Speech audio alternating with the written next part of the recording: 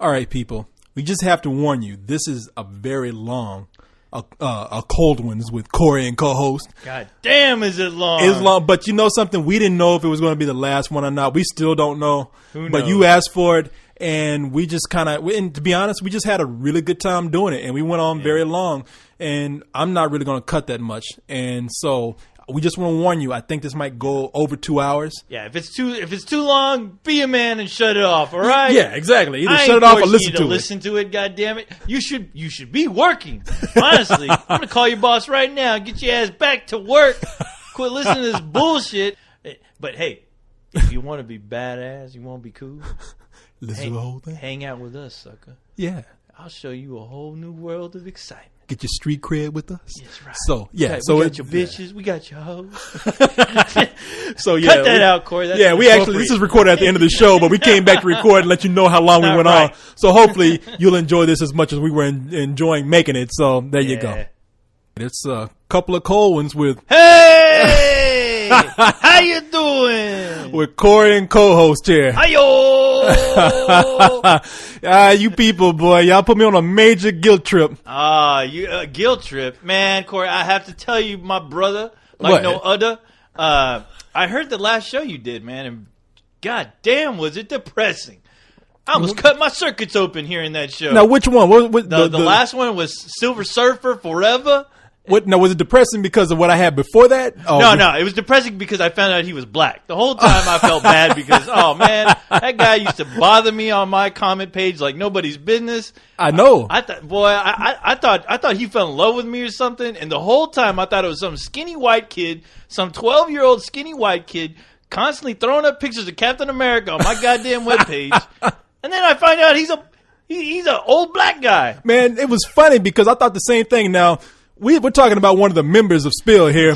Yeah. And look, let me tell you something. I love Surfer. He's he's on there every day helping us out. He does one hell of a damn good job as far as the comic book geeky crap goes. Yeah. But I tell you what, Corey, there's times, boy, that guy, he'll grate on me. Woo-wee. Man, see, I thought he was like some little black. I thought he was some little white teenager too, because I remember there was one cold ones we did where I just said, I don't know if they can make a Thor movie. That's all I said.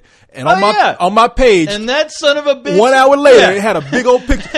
Thor, don't you say nothing about Thor. Thor's badass. He wrote a whole, I think it was a blog or something. He's like, man, F Corey and you can say, no, he said fuck Corey. He said fuck Corey and goes, fuck them.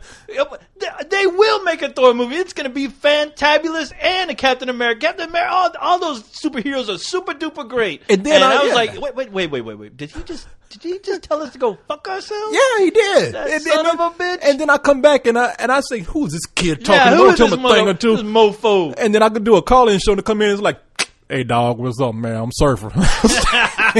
Like, I'm 60 years old, man. What's up? Man? Yeah, hey, look, man. I read comics. A lot of people, a lot this past week. I mean, I'm just inundated. However you say that word. I'm trying to be all fancy here. Inundated. You want me to look that up for you, Corey? But bombarded with email from people who were saying, please don't stop doing this. I mean, I felt really bad myself because, look, I had done it late. I thought I really thought people didn't like me. I wasn't asking for sympathy or anything. I thought like, it just, what was that all about, dude? I just know because I thought, look, I'm very self-conscious about how goofy I am on the site, and I do that. Okay. Yeah, it's the wrong site to be on, Corey. I know exactly. That kind of crap. I want to come in and be very serious with this. I know that I come on here and I try to be goofy to make it funny. Because everybody else, look, I'm not going to lie. Dude. Everybody else they're a lot smarter than I am. They come in and they talk serious about all this stuff. Look, I feel like I need to be the one to come in and just add the comedy relief like they said. You're just being you, I hope. I mean, the Corey I know. The dumbass you know, yeah. He's a dumbass. Hey, he makes some stupid comments out of the blue. But hey, I'm in the same boat. I know. That's why and just to let everybody know, I'm not here to replace anyone. I do not want to be that guy. You know, okay, I consider you and Carlisle, I consider you guys like the Ponch and John of this show. And remember when John was replaced by that other white dude that looked like him with the big floofy, the big hairdo from Chips, the show Chips, the show Chips. Remember when they replaced him? I'm sorry, kids. Nobody knows what the hell I know. You should be talking about Surfer. I'm talking about Chips here. Yeah, Ponch and John, the two guys on the bikes. Eventually, John was replaced. Yeah. by some other white dude that looked like a bigger, buffer version of him. But I'm not here to do that. I'm just here because I heard that show that you did last week, and you had the 2 audios up. You had the one apologizing, or where you were just telling people, hey, look, I'm sorry, this isn't working out for some of you guys. And I really felt bad. I mean, I honestly felt, if this is the end of this show, it should not go on. It should not end like this at all. I felt like I eventually told you, I said, hey, dude, I really feel like I need to do something. We need to do something for these kids who really love this show. And if it is going to end, why not end it on a high note, whatever. Yeah, right. But hey, I'm basically, I want us to do at least this show. Yeah. Just to go all balls out and just have a great time. And have fun. Just have fun. Sometimes, Corey, people deserve more. Because sometimes, Corey, people's faith has to be rewarded. Yeah, you are a machine and you sweating. Because sometimes, Corey, we owe it to the people of Spill to do this. That's your Batman impression? Corey, I'm no movie reviewer. I could be those things. And that's it. And that's it.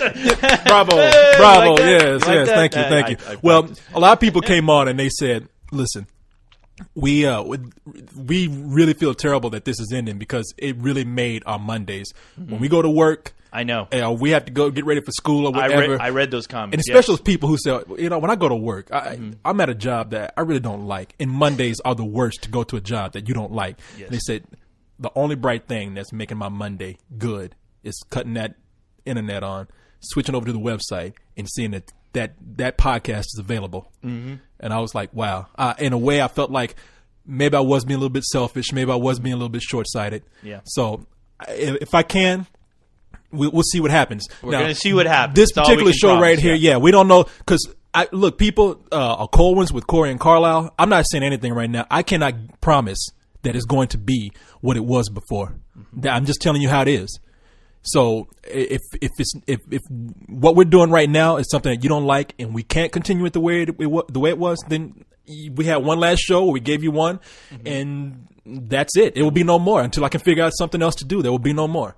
And eventually, I have faith that we will figure out something to do to give people at least what they want. But if you like this and you think that we can do this, maybe this is something we'll think about, and we'll see how it works out. Let's go ahead and jump to the top 5. That's what we do. Top 5. For people who don't know the show, who are just listening, you got probably more history than you expected. But we start out doing the top 5 box office. I don't want to say hits because they're not always hits, but the top 5 top grossing movies for the week. Grossing, yeah. And then we follow that up with some things that happened during the past week, some things that made some news. And then we end it with email. And then we shoot the shit in between that. Yeah, we'll do our best to do that because that's so hard. Top 5, I've told you before, Corey, numbers in top 5 don't really mean that much to me because I'm not getting those checks.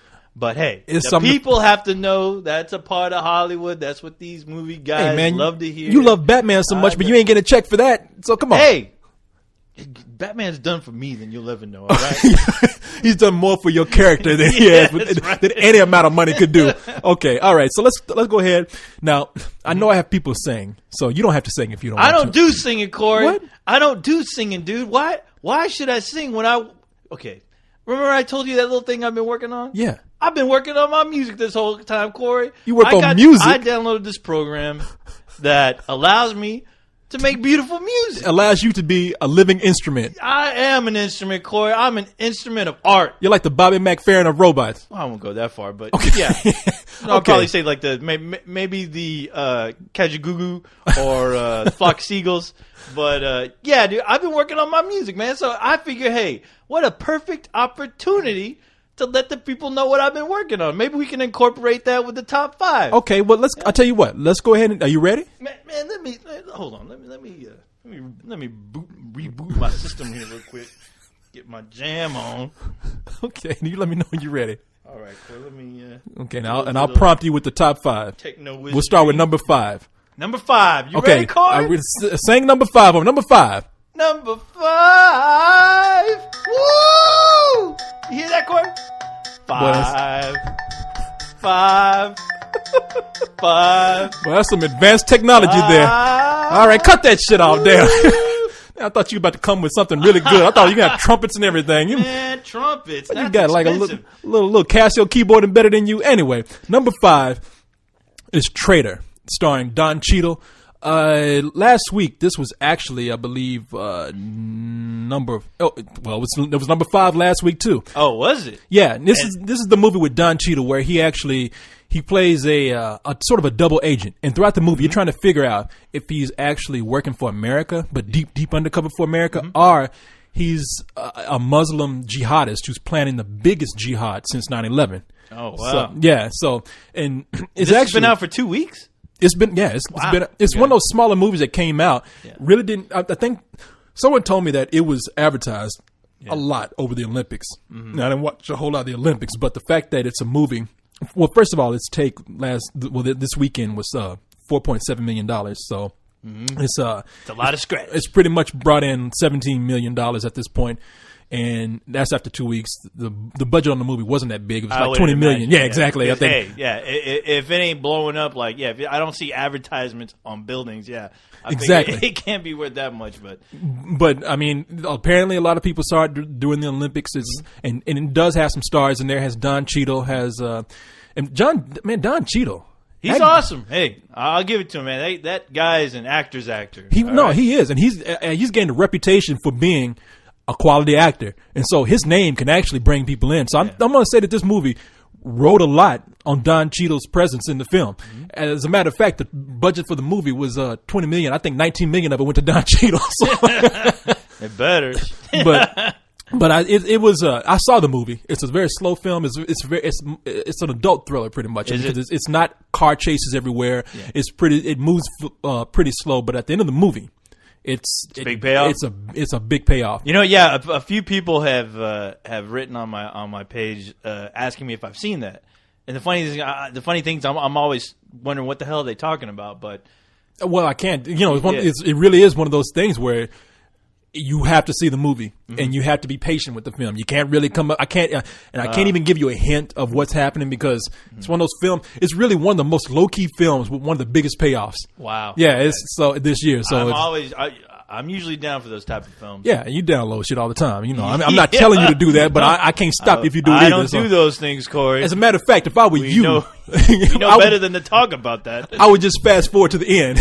Oh, really? Yeah, for you. Yes. Well, hey, I like watching Don Cheadle act, so I'll sit through it. I'm sure I'll be fine. Don't you worry about me, Corey. I'm not worried about you at all. I think you like it.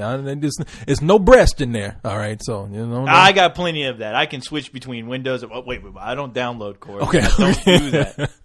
All right, so let's move up to number 4. Are you ready, Corey? Oh, Are you here ready? we go. It's kind of the same. Okay, now the song I made was about a 10-minute song, so it may sound a bit. Here, you ready? Here. Wait, this is a different one. Yeah.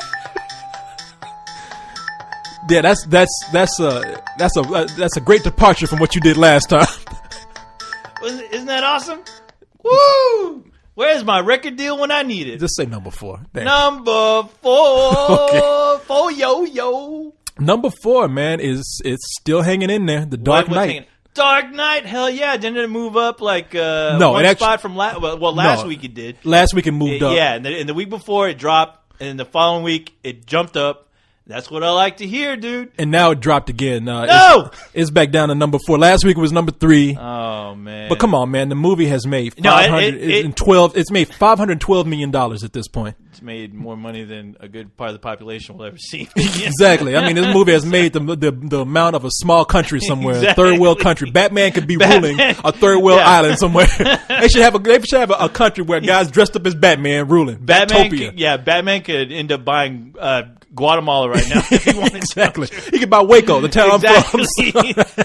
Town full of crazies. How perfect. Yes. But yeah, I mean, the movie brought in $5.7 million this past weekend. So, I mean, while that's not a huge amount of money for a movie that's been out, man, for 8 weeks, still be pulling that much in and still be in the top 5. What can we say about Batman? It has. And you know what? That movie, goddamn that movie. That movie has raised the bar. That movie raised the bar so high for films, Corey. You need one of them back grappling hooks to reach that bar. It was raised so high. And the thing is, okay, I tell you what, the only bad thing about that film coming out is that now that when you see all these other films, you're really disappointed. I mean, you're like, I want that experience that I had with Dark Knight again. And a lot of the times now watching these subpar action movies, you're just like, wow. Well, that's one of those rare films, man, that it gave you everything you wanted in a movie that comes from, in a big budget Hollywood film. I mean, these days we're not used to seeing big budget Hollywood films give us the quality of movie making that this movie did, especially with a property such as a comic book. Yeah. And thank God, dude, who would ever have guessed Batman would be like the number 2 greatest movie of all time? Exactly. I'm not even so upset that it's still not number 1 yet, even though I have faith. That I don't think that's going to happen. I have faith. Don't call me crazy. I have plenty of times with somewhat rumors going around of a re-release. Who knows? Oh, Corey? that's right. You said I heard I didn't say that. That was Surfer last week. That Surfer said they did say that, but I did hear that somewhere else. But I'm not claiming anything. That would Don't quote me on that. But so the thing that's rumored right now is that they actually want to re-release Batman sometime in the fall, especially for Oscar season, of course. Right. And if they did that, man, I tell you, to me, that would be a hell of a smart move. It would. It definitely would. And you know what? I remember what you said last week as far as if they put in a few scenes, even though, that could change the movie. I'm not really for that, but it'd be a good idea to go, hey, here's a few scenes only shown at the, at this certain time, and then we're going to. Now, what would be cool? They could do all kinds of kind of crazy crap to reel people in. I mean, just to pull the movie out, not put it out on DVD and pitch it as something that they want to make big for the Oscars, the fans will come out and see that as it is. Hell yeah. But to do what they do on DVD, where they say, now release with 25% more flavor, 25% more scenes or whatever, they add some deleted scenes, it would be really wonderful to see if they could do something with some Joker scenes that they didn't use before. I mean, even if it doesn't lend itself to the story. Okay. That's the marketing thing that would bring people in.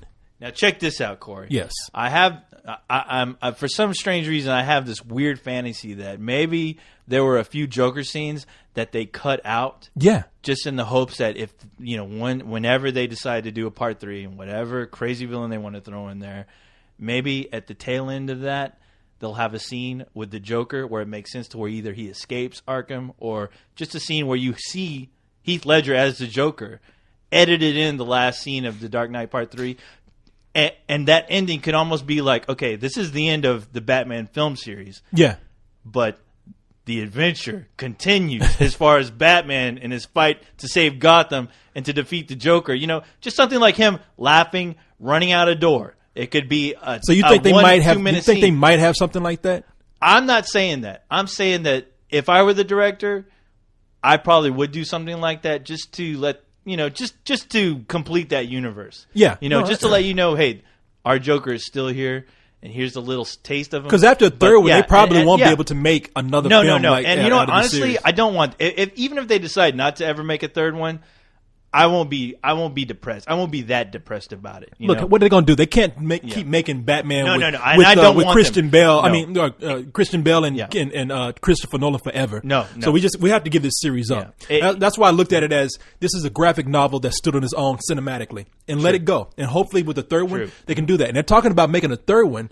They just said, we don't give a fuck if Christopher Nolan come back. You goddamn right, we're going to make a third one. And that kind of worries me because it makes me think like, okay, you're really not thinking about the guy that made this what it is. But I guarantee you, Corey, I already know this for a fact because it's been stated 100 times from Christian Bale. He said, if Nolan is not attached, I will not be Batman. Yeah. Period. We created this universe. I love what he created, and I have no business doing any other film with any other director besides Christopher Nolan. Yeah, and I almost guarantee you the other actors feel the same way. Let's go ahead and move to number 3. No, whoa, hold on. I was hoping you wouldn't remember. Maybe I'll do an original piece here, Corey. Let me try. Original piece.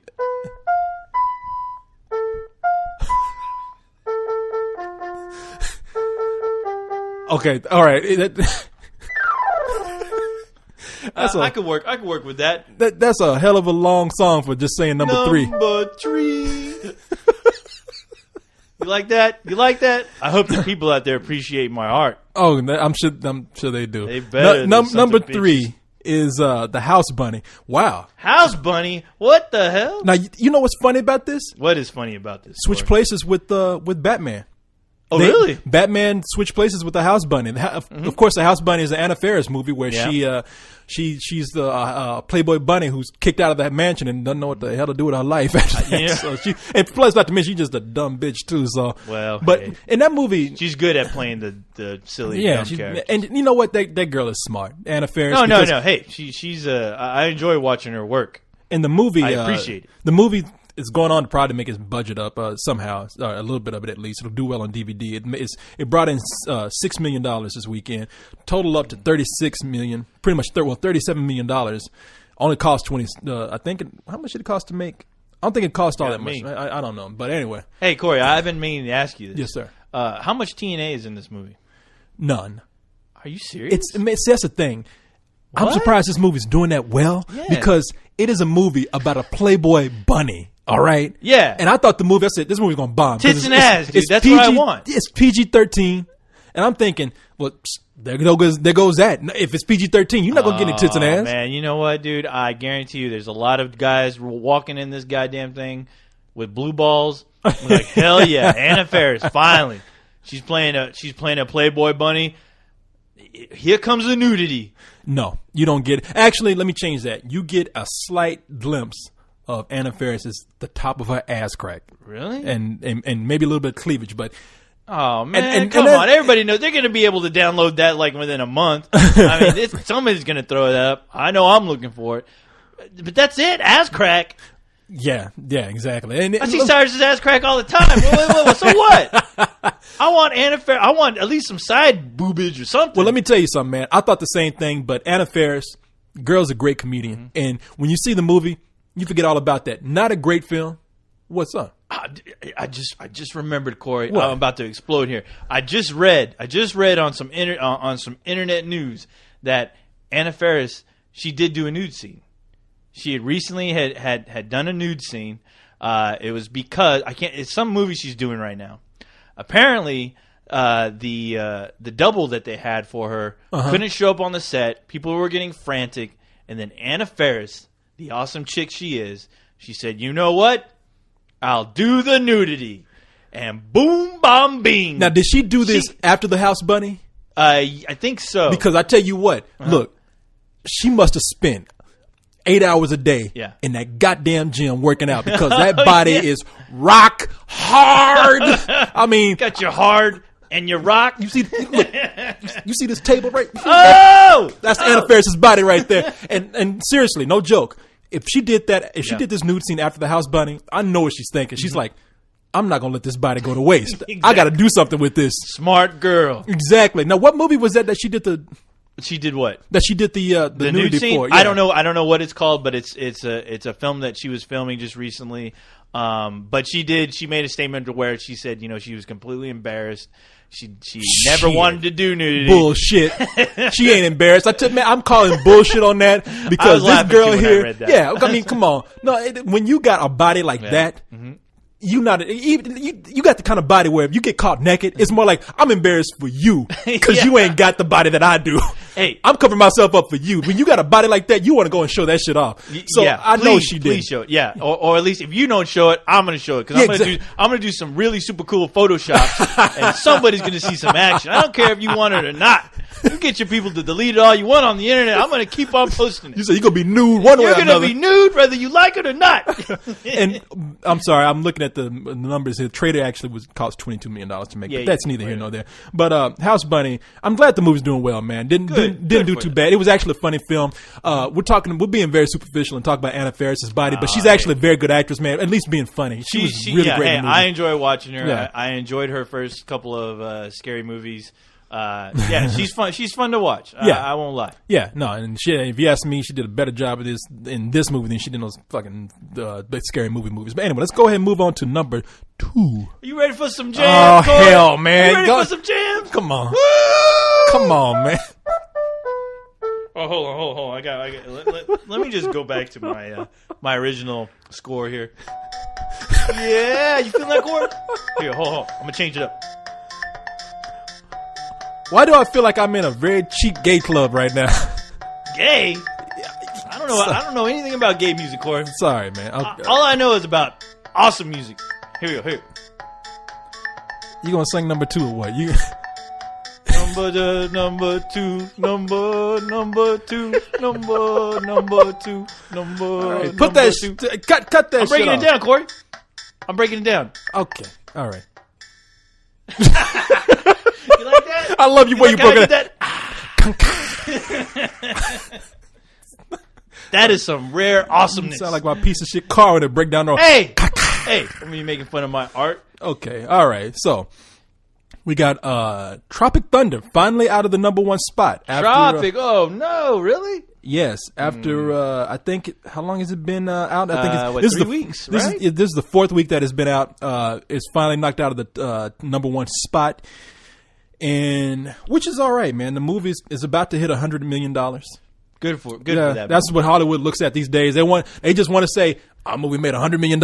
We good. Get out of my face." Yeah. But screw you guys. Awesome. That was a big thing about this film. It was saying, well, we haven't had a lot of movies this summer hold that number 1 spot for a long time. I mean, because it's been a very convoluted summer. We got a lot of stuff coming out. Iron Man did it once. Yep. Then we have Tropic Thunder, which I think held number 1 probably longer than Iron Man. Did it? How long did Iron Man stay top? Don't quote me.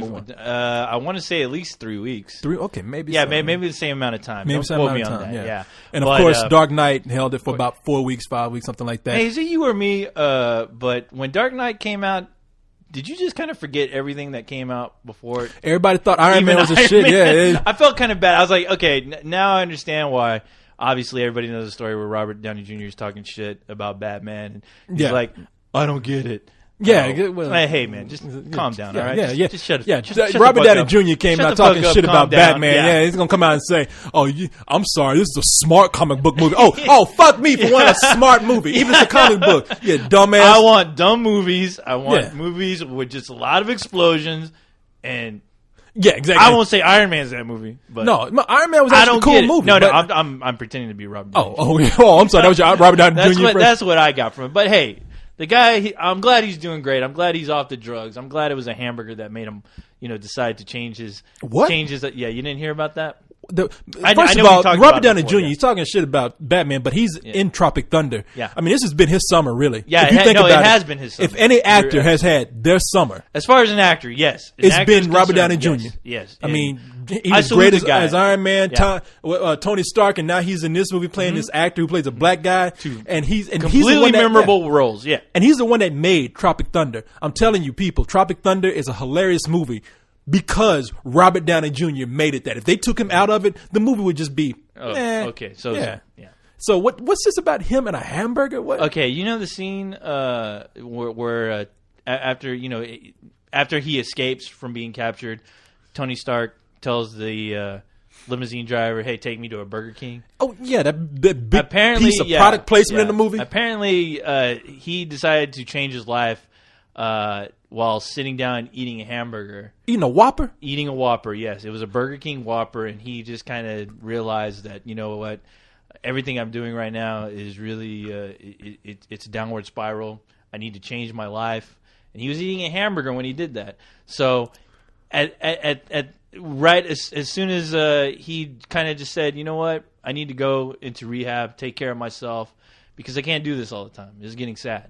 And he was eating a Whopper when that happened. Now I always want to tell people, don't quote me on all this.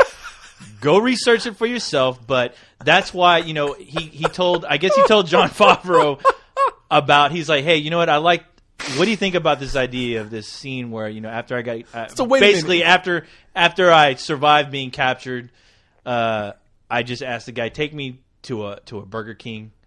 Okay, the closest Burger King you can, so I can get a Whopper. I'm gonna do this. I'm gonna say that is probably the beginning of an urban legend. No. I guarantee it. If you look it up, you will see it. Yeah, I read it. I read it on 2 different sites. Damn, I mean, yeah. That's a hell of a Whopper, boy. I mean, yeah, well, you think about it, it's kind of out of the blue. And at first I thought, product placement, but which obviously it was. That's what I'm thinking. But yeah, he did kind of change his life over. Well, he was thinking about it while he was eating a Whopper. Man, now see, hey, crazy. Yeah, hey, people are under a bridge drinking a bottle of vodka. I'm sure that one bottle of vodka, they look at it and they go, you know what? I can't do this anymore. Oh, you know what? I decided to create spill when I was lying up pulling my own vomit. So, you know, I mean. Tito's vodka. Yeah. Hey, Tito's vodka. Hey, I'm a big movie star. Hey, can I have a scene where I'm like, kind of thinking about my life over drinking Tito's vodka? Drinking some Tito's vodka? Yeah. Hey, man, look, if I was the CEO of Burger King, I'd be saying, we need to like make a commercial with a Robert Downey Jr. lookalike and have Robert Downey Jr. like looking thoughtful and have the tagline saying, Whopper, enough to make Robert Downey Jr. quit cocaine. Exactly. Yes. You know, I mean, a Whopper will change your life. Whopper, enough to make you quit drugs. Yes. Whopper, it makes you sober. I mean, goddamn, can you imagine that shit? I can. Fuck that king. Shit, that creepy ass king. Yeah. Well, I won't say fuck him because he scares me. He might come after me. He might bust in the door right now. He might haunt me in my dreams. That creepy mascot they got. I leave that guy alone. But they need to have a commercial with Robert Downey Jr. You need to have him walk into a McDonald's. They should. And saying, hey man, why you eating that Big Mac? Yeah. You know what? I think you look like an alcoholic to me. You know, put that down. Have this Whopper right here. It'll change your fucking life, man. And then the guy eats it and he's like, I don't need it anymore. Such clarity. They'll pull a Neo on him. You have two choices here. You can either do your Big Mac or you can do your Whopper. Which road do you want to go down? You've been down that Big Mac road, and it has no end. It has no end. Exactly. You can continue to live in the imaginary world and eat the Big Mac. I'm just trying to eat my burger, dude. Exactly. Who the fuck are you? Goddamn Iron Man should be telling me to fucking Somebody get this homeless guy out of here. You got a little powder on your mustache right there. What the? Oh, that's I had a donut. Can't a man eat in peace anymore? Goddamn. I got enough problems at the home with the wife. Take my fries. Shit. Get away from me. So, all right. So, Tropic Thunder. Tropic Thunder number 2. All right. So, let's go ahead and move on. To Corey, you know, okay, let me program something real here because I want to make this super special, Corey. Okay. Oh, you saving the big one for number 1. Entertainment for super special. Okay, look, I'll show you how the master works, Corey. All right. Let's see. I enter some of these numbers here, and then I'm going to put in a little sampling. You heard sampling, right? Yes, I have. All those kids, kids in the urban in the hippity hop streets and the hippity hoppity. They always do this, Corey. Hopefully, I won't get sued. But here we go. Why? Who, yourself? Sue for doing bad music? Here, hold on. Number 1. Here we go. Now it's time to go, Corey. You ready? Okay. Here we go. A 1, a 2, a 1, a 2, and a 3. I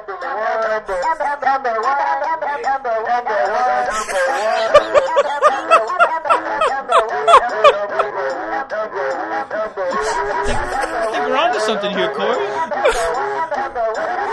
Sounds like a fucking kennel. Sounds like a bunch of yapping dogs. I'm breaking it down. Corey. Hold on. Oh wait, hold on. Sometimes, hold on. Oh wait. Oh shit. Hold on, Corey. Hold on. Wait. Hold on. I got to slow it down. You sound like a bunch of chihuahuas, man. I think that was my I Kissed a Girl. I think that was my hit. That was your 5th symphony right there, huh? Yeah, the 12th symphony. Yeah. Took me about 12 times to try to program that goddamn thing. That's 12 times I tried to poke out my eardrums here and this shit. Yeah, you regular Beethoven, man. So anyway, Number one. Yes. Our favorite movie of all time, man. Oh. Bangkok Dangerous. What? Are you serious? Okay. Oh, wow. Really? Yeah. Oh. Now, let me tell you about Bangkok Dangerous. Now, it is number 1, but this is going to go ahead. Now, we're leaving the top 5. Okay. I'm going to go ahead and talk about Bangkok Dangerous. Wow. As a piece of entertainment news here. And, okay, so the movie brought in $7.8 million. Mm-hmm. All right, that's nothing, man. The movie costs almost $50 million to make. It's like $45 million. And the movie is considered like a major disappointment. As a matter of fact, right before we came on, there was a headline there was a headline that said Nicolas Cage bombs at box office. Wow. With Bangkok. He bombs at the box office. Bombs at box office with Bangkok. Regardless of it being number 1. Just the now, numbers. They'll go ahead and tout it on TV. Next week, you'll probably see a bunch of commercials that say Bangkok serious. Yeah. Sorry, Serious. That's what I'm saying. Are you Bangkok? That was the tagline I used for putting up the review. Already? It's a drama next time. Yeah. No, Bangkok Dangerous, the #1 movie at the theaters. I mean, they're going to say that. Oh, yeah. They but have to. The thing is, the movie is a flop. I mean, $7 million, no matter how much you are at #1, if you're pulling in that little money, then and especially with your budget being that much, that's a flop.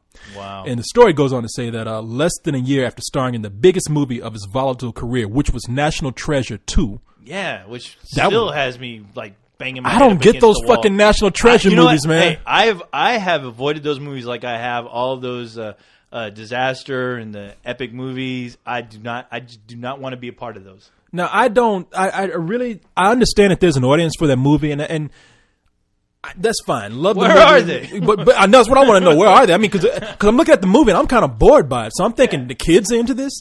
I mean, this is a watered down Indiana Jones type movie, man. I'm just thinking that it's either Republicans or something. I don't get it because it ain't history. I mean, you try to take that. You try to take a National Treasure movie into class. Yeah, you're gonna flunk. Your teacher's gonna look at you. Where did you get this shit? Oh, Nicolas Cage taught me. Nicolas Cage taught me. Nicolas Cage. He's my generation's Indiana Jones, God damn it. And they so I don't know, but nevertheless, I don't get the movies, but whatever, man. Whatever. They're success. They're not for us to get. Exactly. Apparently not. But hey, the last movie was his. It was apparently a huge success for him, and he needed that because apparently this movie is considered a big bomb. Now, that's and it's funny they're going to make a big deal out of this. Oh no, they have. I mean, because it's Nicolas news. Cage. Yeah, it's Nicolas Cage and the bomb. It's Nicolas Cage, and hey, Nicolas Cage. I mean, whenever somebody like Nicolas Cage, whenever there's a good time to beat an actor down, this would be the time. Yeah, I mean, it's newsworthy. Yeah, and they say the last movie to do this bad, to open up this bad, was Dickie Roberts, former child star. What? It's a movie with David Spade, Dickie Roberts, former child star. That was a shitty, terrible movie. I thought that went straight to DVD or something. No, that was released, and it opened up at the time. It opened up to like $6 million. So this movie barely got there. And thank God his career is dead. I hate that. David Spade, man. Well, I heard he has a show that's all right. But his movie career, that smug motherfucking man in movies, just kind of thinking, no matter what, I can take a piece of shit and make it funny. Yeah, fuck you. No, I you never can't. liked him. Yeah, he never put any kind of effort, nothing into his comedy. Just like me, but hey, but you ain't making millions of dollars yet. I just hated the way he looked. He looked like a little reject of a Oompa Loompa. I just did not like him. I want him off the screen, Corey. Him and Nicolas Cage had some bad hair together. So yes, they do, man. I guess I never understood David Spade's hair, man. But I don't want to understand it. So maybe the thing is, you ain't got good hair. You're gonna do bad at the box office. You're gonna fuck up. Yeah, exactly. But if you can't get your hair right, what the hell makes you think you're going to make a movie right? Exactly. Nobody want to see that shit for an hour and a half. You walking 2 hours walking across the screen with a fucking toupee on looking like a goddamn rag mop. But Nicolas Cage, man, now this is going to make some big news. And it's not the first time that a movie of his has opened up this low. I mean, they talk about movies such as Next, which Next. I don't, yeah. What about Wicker Man? How did that do? Do they mention that at all? That movie just felt like it came and went. Yeah, no, it did. It did kind of come and go, but I don't think it opened up as low as this movie as Bangkok Dangerous did. Let me look at here. Let me look at here. You have a look-see, Corey. Yeah, let me look here. Because they say that he's actually has done equally or lower with some other of his other movies. Basically, the guy's fucking up. Right? Well, let's see. He goes back and forth with his movies, man. I mean, like we said, National Treasure, that came out a while, not too long ago, and that opened up huge. Yeah, that was huge. Yeah, it opened up to like $45 million. Now Nicolas Cage he's opened up with let's see, he's had Next, which opened up to $7.1 million, and The Weatherman opened up to 4.2. So this is not. That's right. And The Weatherman's not a terrible movie. Yeah. Just not the type of movie that you want to release mainstream. Right. So I'm not going to even come down too hard on that movie. Next, piece of shit. Next wasn't that good. Yeah. But so Nicolas Cage hasn't. This isn't the biggest bomb he's had, but it's going to make news because it's a bad weekend. But what I'm coming to is I like Nicolas Cage, man. You know what? As many terrible films as that guy's done in the last few years, I still like the guy. I mean, hell. in Ghost Rider when he wasn't Ghost Rider, I found his Johnny Blaze character interesting. But I'm like, you know what? This would work better in a whole nother movie not called Ghost Rider. Yeah, and you know something? I even looking at Ghost Rider, which is a movie I hate. I did not hate him as Johnny Blaze. No, not at all. And I like Nicolas Cage. I think he's a fine actor, man. Mm-hmm. I just hope that being 44 which is the age that he's at now. Mm-hmm. I hope he's just not going out and choosing projects because he's saying, well, I'm 40. I'm near 45 now. I got to take the work where I can get it. Yeah. This is the crucial time. Being in your 40s to say, I need to go out, maybe do some independent films. Yeah.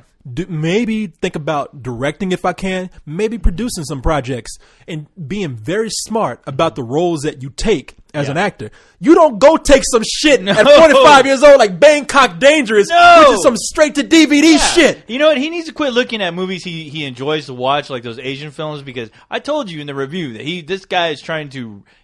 This was his excuse to reinvent himself for whatever reasons. I don't know what he was trying to do, but I can see in the back of his head he's still trying to fulfill that dream of being like a huge action star. I think somewhere in the back of his head he'd like to have that at least Bruce Willis kind of recognition, exactly, as far as an action star, but he just can't pull it off. But he does have his niche somewhere, but it's not in these movies. I mean, he's done action. I mean, let's not forget Con Air. Let's not forget the Rock. I mean, he's done that. So I don't blame him for trying it. Yeah, it's just he just needs to stop though. Right now, it's not working, or at least they're not giving him the scripts that he needs. Stuff he needs to be working on. But I do miss. I do miss some of his quirkier works as far as like the. Wild at Heart, I love that movie. He's fantastic in that film. Yes, he is. I wish he would kind of do more crazy roles like that, because it seems like part of him still wants to. Yeah. But he just feels like he needs to throw himself in these big movies, or at least these Asian films that, I'm sorry, but that kind of that boat came and went. This whole thing of riding that whole Asian film is cool type shit. No, we're beyond that now. Sorry, An Asian film ain't that big a deal anymore. No, not at all. It may be with the few horror movies that we have coming out of Korea. Korea is the big. But the whole action thing, like you remember when Hong Kong action movies used to be the thing to go around and tout to show people that how much of a movie buff you were. Don't get me started on Jackie Chan. That's the most depressing part of that whole. Yeah, when you tell people, man, Jackie Chan films, Drunken Master 2, Drunken Master 1, yeah. I'm sorry, Drunken Master 2 will always be that guy's. That's an incredible movie, masterpiece. And then they bring his ass over here, and he just Rush Hour. That's all I get. And there's a career that has like taken a turn for the worse. I mean, I know. It's just like, hey, you're over here. Hey, let me hand you over to this director that's never shot a goddamn thing in his life. Yeah, here you go. Have fun. Have fun with Jackie Chan. He's finally over here. This guy makes films. He is films. Yeah. Now some of our crappy director. Yeah, our older audiences will know Jackie Chan. Hey, back then we did. Drunken Master 2 is one of the greatest incredible Hong Kong action movies I've ever seen. And please, people, try. I mean, if you got like a mom and pop video store, try to find try to look for a bootleg of that version.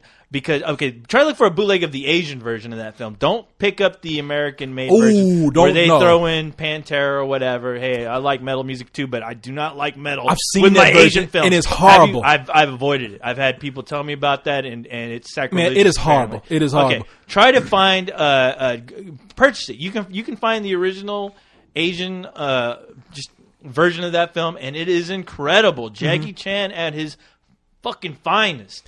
Top of his game. You see that guy go off at the end of that movie. The last fight scene is so incredible, and it's all real. And it's all guy's getting burns, and he's falling on charcoal, like just getting burned. And you can see that at the end. They always in his movies they always showed you shit's falling on like him, Super Cop and all that kind of stuff. Super Cop. Oh, dude, don't even get me started on Super Cop is another one that's great. Yeah, I mean, kids. I mean, if you all this Rush Hour, Jackie Chan cartoon shit. Don't watch that shit. Go to a like a specialized Asian video market store, or go to, like you say, some independent mom and pop video store. Rent Super Cop, rent Drunken Master 2. Watch Jackie Chan at his finest. Yes. And you will see why this man is who he is. All this tuxedos, the tuxedo. Who the fuck made that movie? God damn it! That was some terrible shit. But anyway, don't even remind me. I mean, now and we're kind of relating to Jackie Chan to Nicolas Cage. I mean, we're seeing people who are going through their midlife now, and they're doing bullshit, and you got to know.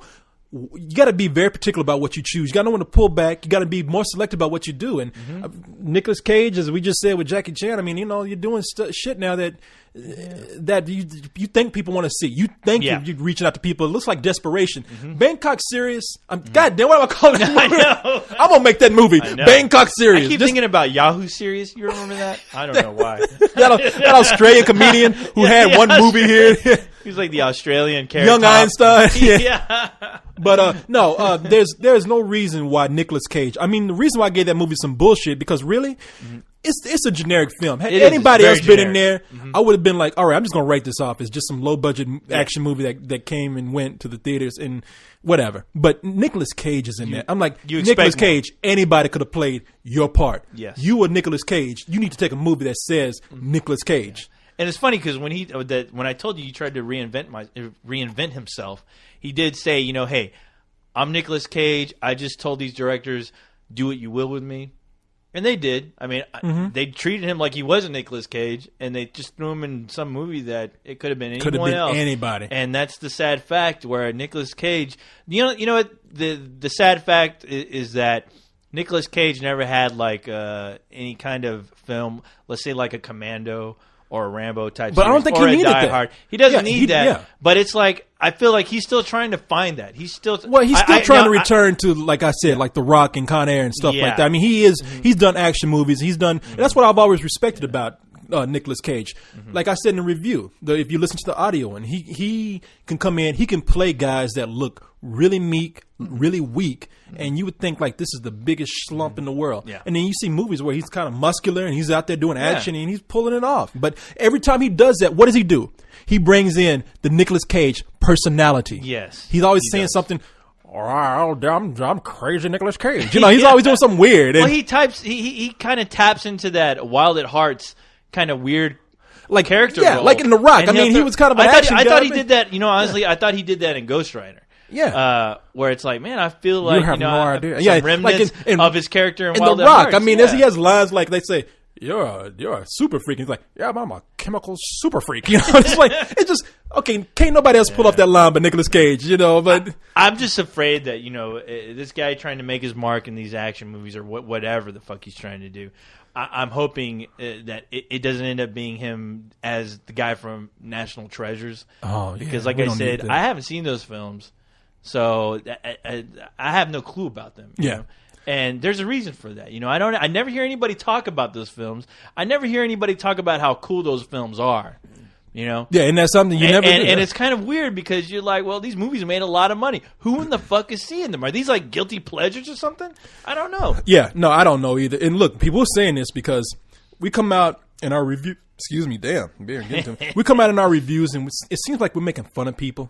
And it seems like we're being snarky, but we do have respect for the people who deserve it. I mean, we don't want to come across as Nicolas Cage. If I met the guy in person, I'd be kissing his ass. Exactly. I'm sorry, I'd be kissing his ass. No. But, now if I got drunk, I'd tell him, hey, dude, that last movie was kind of bullshit, dude. I'm only telling you, I'm your friend, all right, Nick? Yeah. I'm your friend. These guys you're hanging out with, they're not your friends, dude. They get paid to like you, all right?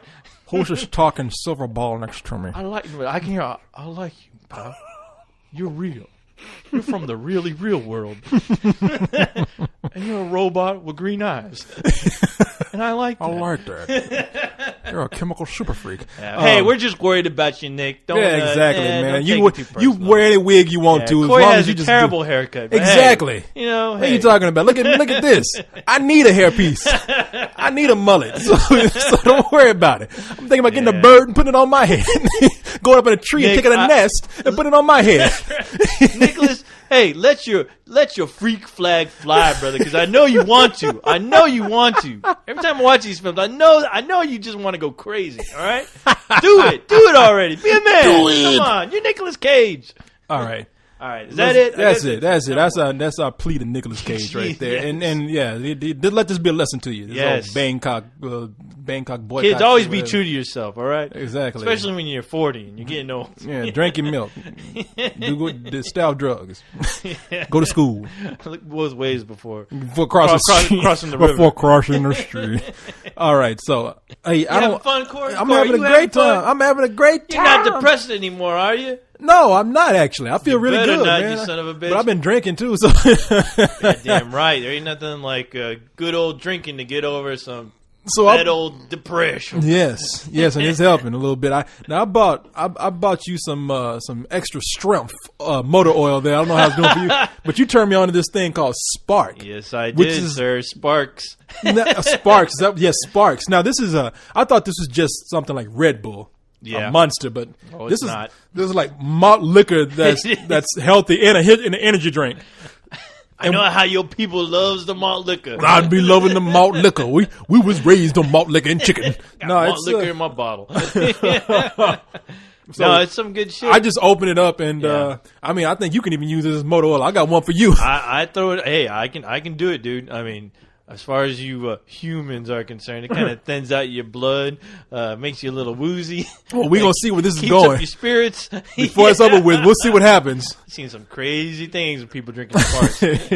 Well, we got the extra strength Sparks, like the one that has more alcohol in it. It's the quote unquote black Sparks. Did you not see that? No, that's why I bought it. I was like, it's the black Sparks. That's talking to me. It ain't the pink version. Okay, I don't want to bust you out, but laying by your stand over there. Yes. What the hell are you doing with High School Musical 2? Oh, I didn't hide that? Oh, shit. I mean, I'm not, people, we're not making a joke here. There is a copy of High School Musical sitting over there by the co-host. May I say it's High School Musical Part 2? Did I not say 2? Okay, it's 2. Okay, I'll tell you what, okay, yeah. A buddy, a fan basically won a contest. It's one of those caption contests. Mm-hmm. He won a contest, and he won a T-shirt, and he won 2 DVDs. And one of the DVDs was The Kingdom, which is an excellent film. Mm-hmm. Have you seen that? Jamie Foxx, dude. Oh, I love that movie. That is one kick-ass film. It is. And for some strange reason, The Kingdom and the other film that he won was High School Musical 2. I guess it was a joke or whatever. But yeah, he sent that to you. He watched them and he was just like, do you want these? And I said, sure, I guess. I never saw The Kingdom, so I watched it. Incredible. And yeah, and I had that High School Musical 2 sitting there for about 4 months, all right? Okay. And I just said, well, okay, I'll tell you the real story, Corey. Okay, please. I mean, cut the bullshit. I was on the internet, and the girl who's in the High School Musical 2, the one that had those revealing pictures thrown up on the internet? You know what? I'm not just saying this to make a joke. I really don't. Okay, I will look for them now. Here, let me, just give me 1 second, Corey. Okay, so you're going to go find them?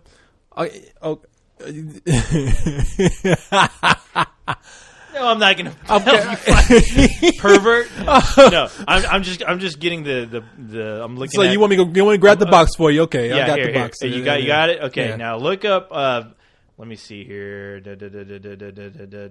I'm going through my files here. She is Vanessa Hudgens. Do you see that name right there? Yeah, Vanessa Hudgens. Yeah. Okay, now apparently, she's dating one of the actors in that movie, the lead in High School Musical. Yeah, the lead in the movie they're together, the little perky white guy, and in real life they're a couple as well. Okay, well, apparently I don't know if he did it or if a friend of hers did it, but they took some pictures. Right, they took some pictures of her, and she's nude. Is she legal? She took some nude pictures. I think she's like 18 or 19. Okay, that's legal shit. Yeah, I'm completely legal. Shit, I'm about to go look at. I hope the internet doesn't lie. What? The internet lie? Dude, yeah, and she's a beautiful chick, man. I ain't gonna lie, she's hot. When I see a hot girl. What is that? How does that explain High School Musical? Okay, now check this out. Okay, so I had that movie sitting here, and I was gonna put it on eBay. Mm-hmm. I was like, I'm sure some kid will dish out like $50 for it, $60. I hear collector's item coming up right now. That's how much. Yeah, that's how much I figure stupid kids would bid on it. And after seeing those pictures, I was sort of obsessed with just seeing like if this girl can act. I just wanted to see her. basically. So you weren't watching High School Musical 2 expecting her to take her top off or something, were you? In some morbid way, yeah. I was hoping, at least I do it in my mind. I was just like, I just need to get a feel for this girl. I mean, to make sure that I'm not wasting my time. So you wanted your imagination to be that strong. I had to look at how she walked, how she talked, how she moved her ass. I had to do these things to make the fantasy complete, Corey. Right? I'm sorry. I'm a perverted son of a bitch bastard. Kids, do not follow the ways of your uncle co-host. They're all the wrong ways you can have. You will be in jail. I don't know if that's bullshit. Calling up your mom, I'm in jail and I like it here. Yeah, I don't know if that story is bullshit or not, but I will accept it. I like that. I'm sorry, but yeah, I had to unwrap it, and I was like, there goes $60. I was upset. Just to see. It was morbid curiosity. Yes, I still don't know what you were looking for. I blame that son of a bitch friend of mine. That no good bastard. For sending this to you. Okay, and that son of a bitch left the country, so yeah, I can't have him here to vouch for it. But I'm sorry, Corey. I'll search him down. I thought I hid that. No, you did not. It's like, where did this come from? Who has been in the studio? Put that under Cyrus's bed. You should have planted that shit on somebody. I'm sorry, but no, she is on the internet. I'm pretty sure all our perverted Vanessa Hudgenson. I'm looking that shit up tonight, dude. Oh, after the show, I'll show you the pictures, dude. I got. Hey, look, normally I would be kids. I'm sorry, don't be like your Uncle Corey either. Don't be like either one of us. Because sex is a normal part of life, kids. But be respectful to the ladies. Yes, treat them with it. Think about your mothers in front of their faces. All your mothers were at some point were 18, and you got to treat them with respect. You know? But when you're around other guys, all robots. Hey, you can, exactly. Yeah, you can do what you want to do. Hey, be an animal. Your friends don't want to hear you caring about women. They don't want to hear that talk.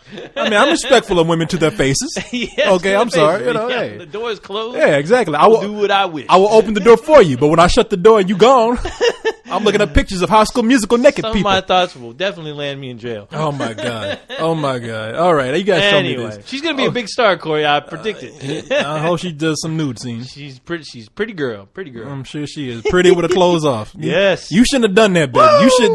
Kids, take this as a lesson here. Yeah, woo! Kids, take it as a lesson, okay? Yeah, sex is a normal thing. Mm-hmm. I don't care about teenagers having sex, man. I'm responsible. I'll say, you know something? I'll be the one to tell teenagers, don't, look, really? Mm-hmm. If you can't avoid it, it's not the biggest thing in the world. Wait. Yeah, wait. Because you don't know what the fuck you're doing, okay? You don't. You know, and usually the people that don't know what the hell they're doing, you got little sons of bitches, popping out of the vaginas, unwanted children, and we don't need that anymore. Exactly. The population is getting too high as far as these people are concerned, because when the machines rise and destroy, it's just more people to kill. There's a lot of people we got to kill, damn it, because a lot of girls out there cannot close their legs to save their lives. And I understand having sex is fun and all, but kids, you're too young for that, all right? Yeah, when you read comic books and watch movies, be all right? A kid. Yeah, be a kid. Be stupid, all right? You get little girls out there, you're 15, 16 years old, you got this guy telling you, baby, I love you. Don't listen to that shit, all right? Keep your legs closed. Exactly. Girls, keep your legs closed and watch plenty of movies, and every once in a while read some comic books and do something with that little hair. Nasty motherfucker. Yeah. Now, when you turn 19, I don't even say 18. Wait till you get out of high school. When you're 19, wait till you get on the college campus, and then that's when you do what you got to do. There's going to be plenty of that. Your curiosity is going to be filled. Yeah, it's going to be. Yeah, it will. And hey. You little girls out there, you're in high school, your boyfriend wants to take out the digital camera, say no. No, say no. But if you're 18, because you know what's going to happen? You're 18, you're legal, you're going to have robots and people like us looking for you on the internet. So I tell you what, there are a lot of 18-year-olds that don't look like that chick. You know, she's in a movie for a reason, all right? An adult casted her, all right? An adult looked at her and go, woo! Wow. What do you say? Woo! When those pictures came out, did they go, woo? You notice she'll probably be in the third one. Right. Oh my God. Okay. All right. I'll tell you what. Anyway, I love being a pervert. We did our community service here. Right. Kids, we did our pervertedness. Pay attention to them books. And stay in school and drink your milk. Yeah, and listen to your folks. I know they get on your nerves, but listen to them, or at least pretend you're listening to them. Yeah. Shut the door and then say fuck you. Yeah, I used to do that all the time. I used to go in my room, fuck fuck you, motherfucker. You know, but then my dad would come, what you said? No. And that shoe would come out, and bang him over his head. Yeah, cross look your at lip. Corey now. Look at him now. Brain damage. Yeah, always jumping on different subjects. Okay. All right, so let's go ahead and get into some stories real quick. And we'll go through these pretty fast. Yeah. Let's see. Oh, man, that spark is getting to me. I can't read. What did we do? What did you do to me? I'm thinking about that chick now. we might be watching High School Musical too, after this. Yeah, using our imaginations. Okay, so in news today, I just found out that I saw a headline for what's that boy? Tommy Lee Jones. Yep, he has a lawsuit against Paramount Pictures. What? Yeah, apparently for No Country for Old Men. Oh, really? Yeah. I bet you I know what that lawsuit is about. What?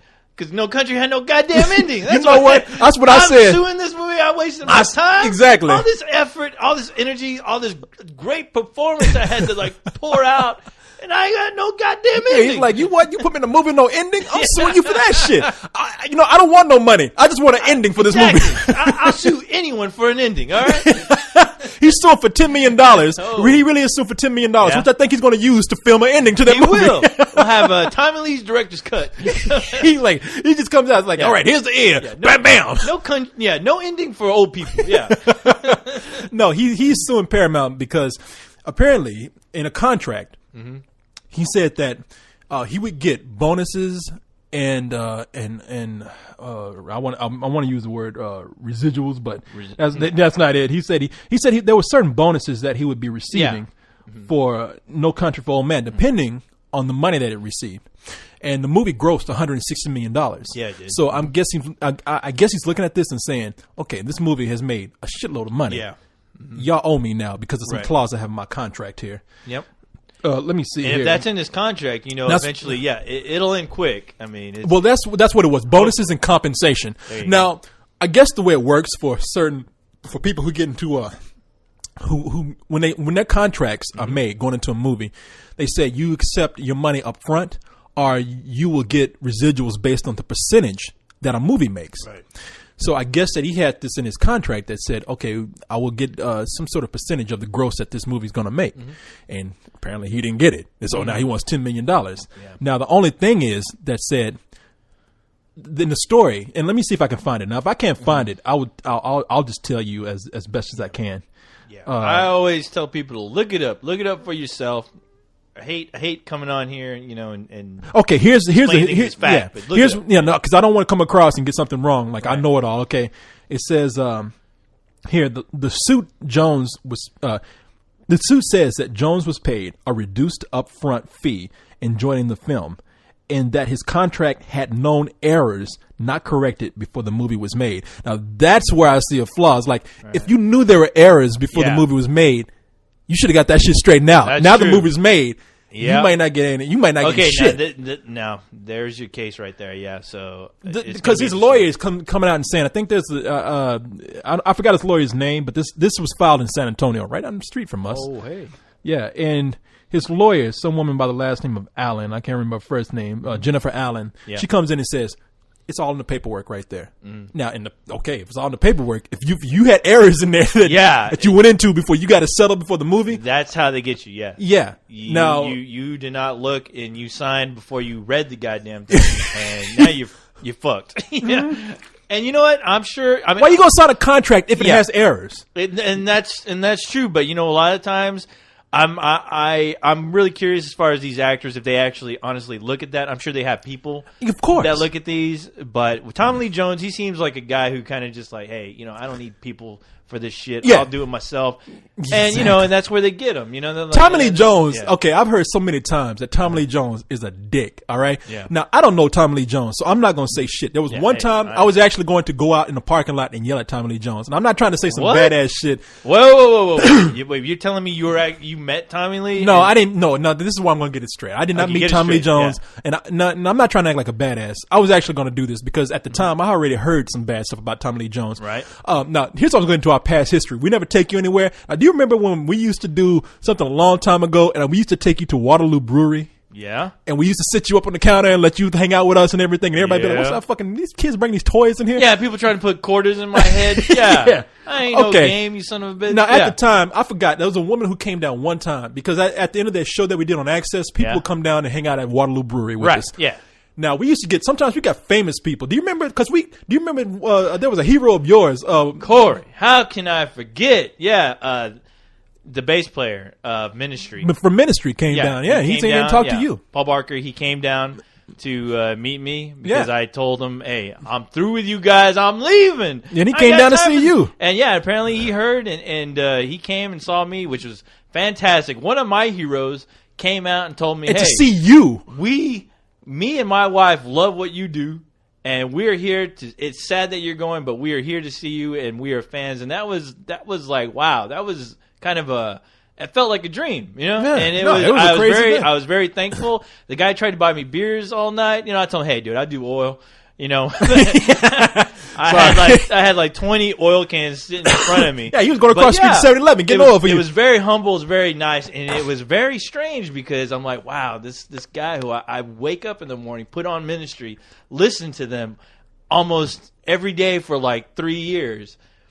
I didn't even know. He came out to see me. I didn't even know this guy lived in town. Yeah, I had no clue, and I remember Cyrus told me, hey, somebody's here to see you. And it was a bass player from Ministry. Why does that guy look familiar? Yeah. Holy Jesus. It's funny because I've seen Ministry in concert, and I was like, Jesus, this guy came out to see you? I was like, wow. Okay. So anyway, yeah. So I'm just, okay, so what's this leading up to? Like, Jones we had a lot of people come out, and there was this photographer who worked on a Tommy Lee Jones movie. Wow. And she was the one that first told us, because we were like, what do you think about Tommy Lee Jones? He's pretty cool. Wow, a photographer. Yeah. I'm sorry. No, photographer. I'm jumping the gun. Yeah, exactly. Wow. But no, but she was just saying, I work on this movie. You guys talk about movies. I'm coming out to hang out with you guys. So, we were like, I forgot what Tommy Lee Jones movie she was working on, but it was a shitty movie. It was some cheerleader movie that Tommy Lee Jones was in. Mm-hmm.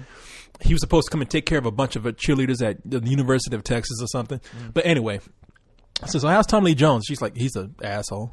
And she's like, I remember going up and asking him a question, and he said, I don't give a fuck how you do it.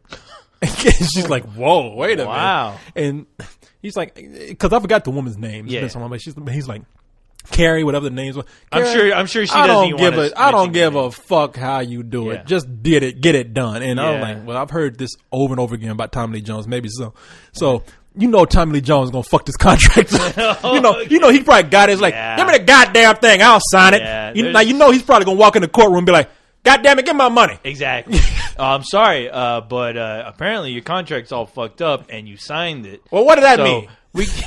Give my fucking money. You know what, Tommy? We're not here to explain to you how life works. So you fucked up, dude. So you got to deal with it. All right. So you don't get shit. See your ass at the door. Go tell all your friends how you got screwed. We're done with you. We're done here. Next case. And that gavel comes down. Slam. Next. Parking tickets. Next case. The people versus Michael Jackson. Still going on with that case. Your Honor. I'm suing my monkey Bubbles. He fucked up my living room. No, it's he peed on my elephant man skin. No, there was a case that happened not too long ago where Randy Quaid tried to sue the makers of another guy with a reputation. Yeah, exactly. He tried to sue the makers of what do you call it, Brokeback Mountain. And, oh, really? Yeah. And when it was all done, you know what happened? They said, we got to settle. And you know what? He didn't get shit. Oh, really? Okay. Yeah. Now, you said Randy Quaid? Not Dennis Quaid. Randy Quaid. I apologize. I take that back. Yeah, Randy Quaid, I don't know anything about him. No, actually, I heard Randy Quaid's a pretty cool guy. Okay, yeah. Okay, that's good. Dennis Quaid, I heard Dennis Quaid was a fucking asshole. Oh, boy. Never mind. I won't go into those stories. And look, let me tell you something. And I can't go by this, but the person who told me, I have no reason to doubt them. But this is, I would say right now, no disrespect to Dennis Quaid. And if this is not true, I'm saying it right now. My respects and my apologies for even putting a rumor out there. Right. Now, if it is true, you're an asshole.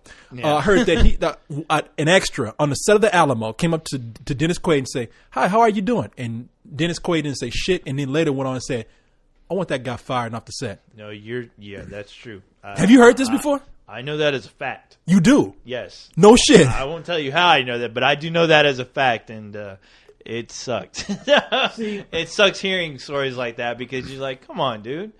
I mean, be a fucking human being for at least 5 minutes, you know? I understand you've done a lot, Dennis Quaid, but hey, what the fuck have you been doing the last, 5 years? You know, somebody's giving you some work, and then you're going to act like a big shit. And somebody remembers who you are. Yeah, exactly. Somebody's walking up to you telling you, hey, I appreciate your work and what you do. And then you just, all of a sudden, you're fucking big shit. Yeah. Get the fuck out of my face. Right? Yeah, exactly. Hey, did you pay that guy's bills? That guy is working hard. He's trying to make a living. He's doing something he likes. And he's going to go up to you and just say, hey, how's it going? And then you're going to go behind his back, not even like a man, tell him, hey, you know what? If you have a problem with people, if you have a problem with somebody, what I do, Corey, is I tell them, hey, you know what? I'm busy right now. Yeah. I'm sorry. Like anybody coming to you. I can't deal with you right now. I'm a dick, all right? I'm a dick, and I'm here to let you know that, all right? Walk away from me right now. Do yourself a favor. I don't go behind somebody's back and say, hey, this guy right here who's enjoying what he's doing, he came up to me and gave me a compliment. I want that motherfucker off the set. You know something? And to be honest, look, I'm not a badass. I'm not trying to say, I'm not one of these guys who knows tons of famous people or trying to tout who I know or anything like that. I'm not. But I do believe, I strongly believe that if you are somebody that's doing something and the public loves you, you should be appreciative. You should. And when Tommy Lee Jones, he came up to a friend of mine named Quita. No, she came up to him. And I understand sometimes. Yeah, look, I don't know the mindset of somebody who's really famous. But she wanted an autograph. And he didn't stop to say anything. He just kept walking. Maybe he was with a woman or something. But I really wanted to go out in the parking lot. He was gone. Quita came up to me and said, yeah, he just kind of shoved me aside. I'm like, you know what, fuck him. I was going to the parking lot and be like, man, I heard that you can be a dick sometimes, but shit, come on, give somebody a reason. Just say, I got to go. I got to leave. If you don't want to be famous, no, be famous. If you're going to be famous, know that people won't do that to you. And I've always wanted to do an interview with Dennis Quaid just to say, look, man, I heard this story about you. Is it true? Yeah. And I would get kicked out of that room because I would say, you know what? That's a dick move, man. I won't even be mean about it. I'm not going to try and be like, hey, man, fuck you. I'll just be like, come on, man. Now, you know that wasn't right. Yeah. I mean, I'm not the kind of person coming in and trying to ruffle feathers. Just be like, what do you think about that, man? Come on. And that wasn't cool. And the thing is, Corey, all right, I'll tell you what. The thing is, though, is that you got to think about these people who, I mean, okay, I'll tell you, I do not idolize people. Yes. I have heroes.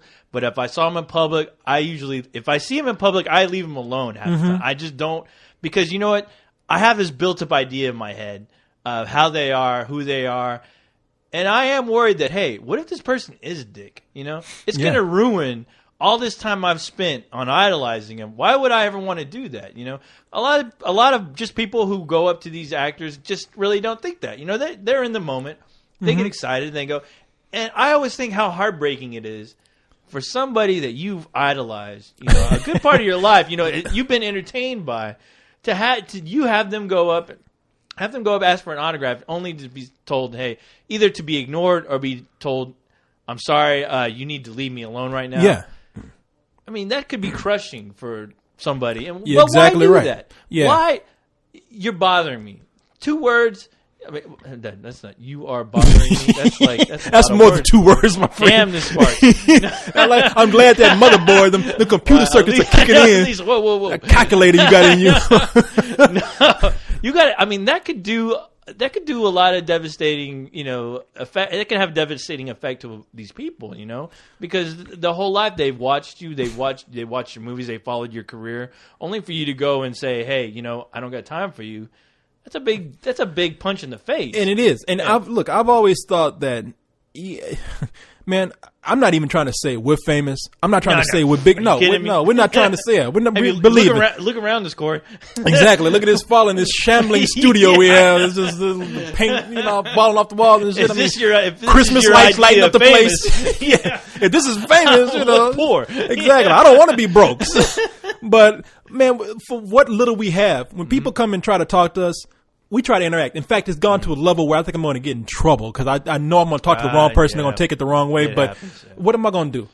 It's my nature just not to be shitty to people. Yeah. Maybe that's because it's me, but I would never want to treat somebody like that. No. And I don't think people should either. And maybe coming back to Tommy Lee Jones, maybe it's my bias. Maybe I think he's going to go in the courtroom and just try to fuck things up. Yeah. Yo, I want my goddamn money. Tell you, hey, get the fuck out of here. Corey, I will. Okay, let me just go on the record and just say, look, people who act like that, you can only act that for so long before it really seriously bites you in your ass.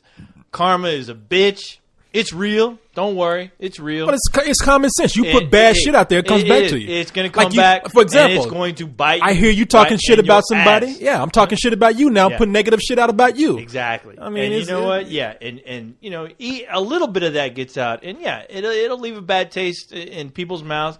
And when you do act like a dick, they're going to go, I knew it. You've always been a dick. You know, fuck you. You know what? I ain't watching your movies anymore. How about that? Co-host, let me tell you something. I've done some foul shit in my life. I'm not terrible person. I am not a good person, but you know what? You will learn. One of these days I will learn. I'm not a good person, but you know what? One thing I've always done is, for face value, I'm always grateful and I treat people with respect. And that's the only way I think I've gotten by in life. Good, Corey. Otherwise, I'd be dead by now. Somebody would have killed me. Hey, dude, I'm a dick sometimes, but you know you what? Dick all the time. The fans, anybody commenting me, unless you are a Silver Surfer or Kent, Silver Surfer, I like you, dude. Kent, man, what are you talking about me? I'm gonna take 10 minutes to say what I got to say. You're a nerd and you're a geek, all right? Just accept it. Hey, look, here's Silver Surfer talking to you. Oh. Man, why you doing? Damn. No, okay, we're just kidding. No. All right, so you know what? So hey, treat people the way you want to be treated, for crying out loud. How many? What were we in school? What is it? I know this all came out of Tommy Lee Jones suing No Country for Old Men. Now we get into be nice to people. So Tommy Lee Jones, you want your money? Be nice. Don't go in the courtroom screaming and hollering. Unless somebody is either screwing your mother, then you have reason to be a dick. All right? Exactly. But nobody's doing that to you. Nah. Be nice. I have no mother. On your way to the courtroom, sign an autograph. Sign a goddamn autograph every once in a while. No, I don't even sign autographs. You pay for that autograph. It's on eBay for a reason. Can I have an autograph? How much money you got? $2. Yeah.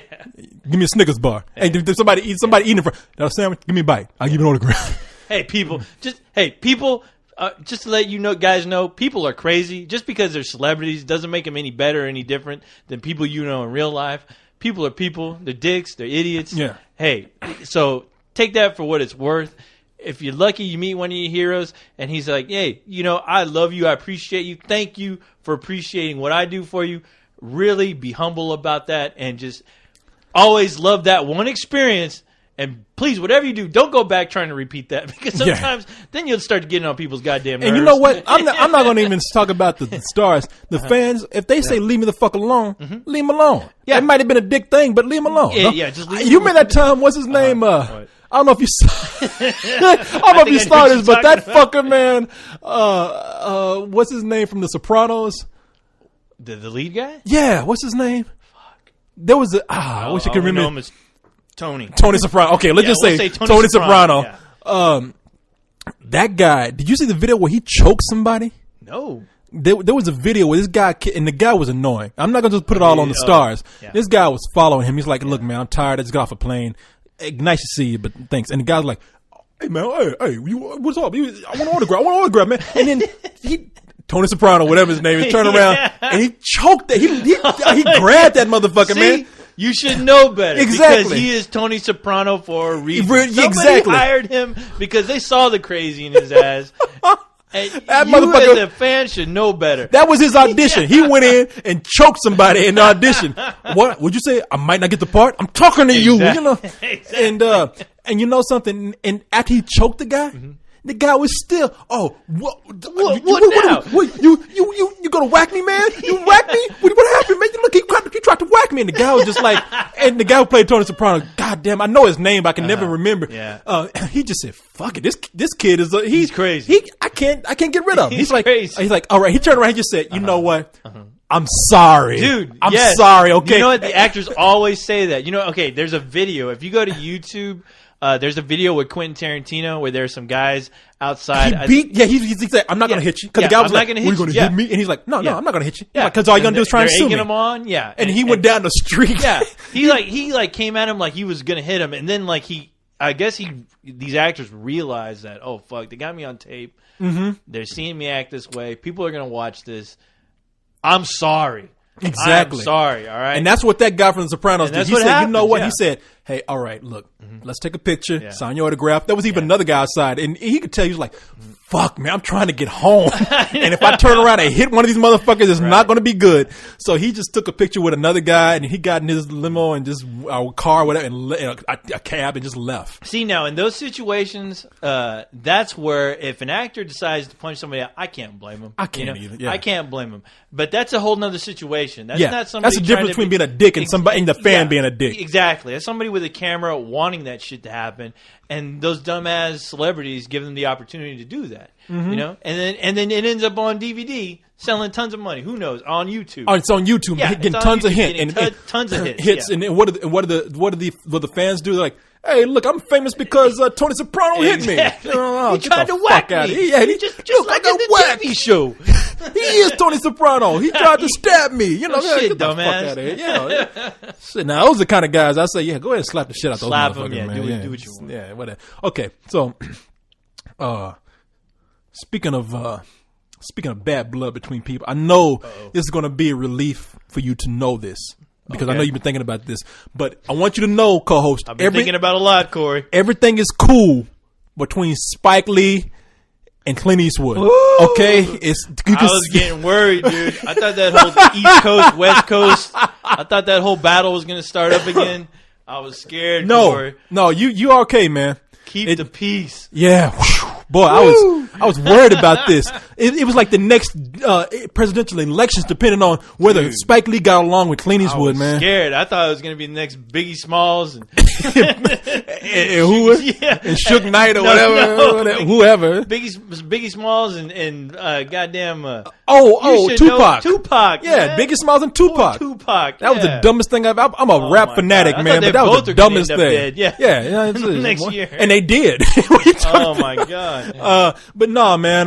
Look, I'm just saying this because people probably don't even know. Like, what the fuck? What Clint Eastwood and Spike Lee were fussing?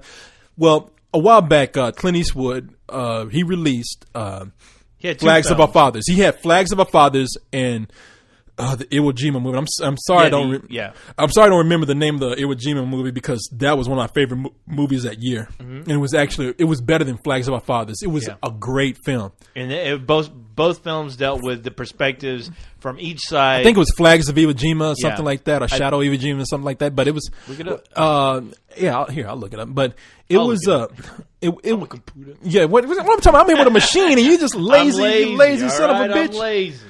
I'm lazy. Yeah, but eventually Spike Lee was talking shit because in Clint Eastwood, his film, there were no black soldiers. He said in Flags of Our Fathers, which was the American counterpart to it was Letters from Iwo Jima. Letters from Iwo Jima. And that was the Flags of Our Fathers was the American counterpart to Letters from Iwo Jima. I'm sounding like an Asian person. Letters You're not Asian, Iwo Jima. No, but he so a lot of people speculated that maybe because in Flags of Our Fathers there were no black people. Yeah. And Spike Lee got upset saying, well, black people played a big part of World War II. It's overlooked. And look, honestly, as much as I bring up race on these issues, Clint Eastwood was telling a specific story. He was. And it did not involve black people. What am I supposed to do? Get upset because he's going to crowbar black people into that role? If you want to seem phony, if you want to seem fake, go ahead and put black people in a role that doesn't need to be there. Exactly. And I will call it when it needs to be called. And it happens, and when it happens, you notice it. And you notice it. Yeah. Now, and it doesn't do anything to help the film. Exactly. It doesn't help the cause of black people. Doesn't help the film. And so I always thought like, well, you know what? Spike Lee is starting this because he has his own World War II movie coming out. Right. That's true. Which is which, you know what, at the time I didn't even know. Yeah, I didn't even and know. Then when I found out, I was like, yeah. But Letters. I'm sorry, Letters. It was the movie that Spike Lee has coming out. It's called Miracle at St. Anna, and it looks great. And it looks awesome. I'm looking forward to that. I won't lie. Don't go out and attack Clint Eastwood to gain some sort of notoriety. Leave Dirty Harry alone. Exactly. That guy leaves everyone alone. Give him the courtesy of leaving that motherfucker alone, please. Not to mention, as old as Clint Eastwood now is now, I think he could beat the shit out of Spike Lee. Oh yeah, dude, I would not. Spike Lee and a big person. My money is on Clint. Exactly. Dirty Harry. Boy. I think he'll just talk about fucking Sopranos. I think Clint Eastwood would grab him by his throat and say, "Get out of my face!" And Clint, either him or that orangutan he used to hang out with is gonna beat Spike Lee's ass. Any which way but loose. Anyway, you watch out for Clyde. Clyde the orangutan from Any Which Way But Loose. Clyde will be on the. That monkey's still alive. He will pull a Charlie Bronson on Spike Lee's ass, dude. I'm telling you, boy. Do not mess with him. But man, let me tell you something. Yeah, I really do think that was a ploy on Spike Lee's part. And it felt like it. You know, everyone was talking about it, and it's like it was all over the internet. And you're like, all right. And then when you find out he's coming out with a movie, you're like, dude, you coming out with your own World War II movie. Yeah, I mean, you're Spike Lee, man. We've heard these damn stories enough. Why do you keep doing this? I'm sure one of his friends. Of course, okay. Well, we'll get to the point. He apologized, right? Yeah. Now did he? Because you just told me this. Did he have any reason why he apologized? He just said everything is cool. There's no. He said he said. He said he has his beliefs and I have my beliefs. He's like, but we're fine. Now you know that somewhere Clint Eastwood sitting down like, you goddamn right, we're fine. You fucking punk. Let me tell you something. I know where you live. I know your friends. You have a family, right? It'd be a real shame if something were to happen to that. he probably said a letter to Spike Lee. You better sit your black ass down. Spike Lee like, shit, okay. He has a picture of Spike Lee's door where he lives in a letter. He's like, fuck, okay. Hey, we're cool. Shit, we're all right. But I know people. But to show you that we're fair, I mean, the Spike Lee movie looks incredible. No, it does look incredible. And Spike Lee doing a World War II movie.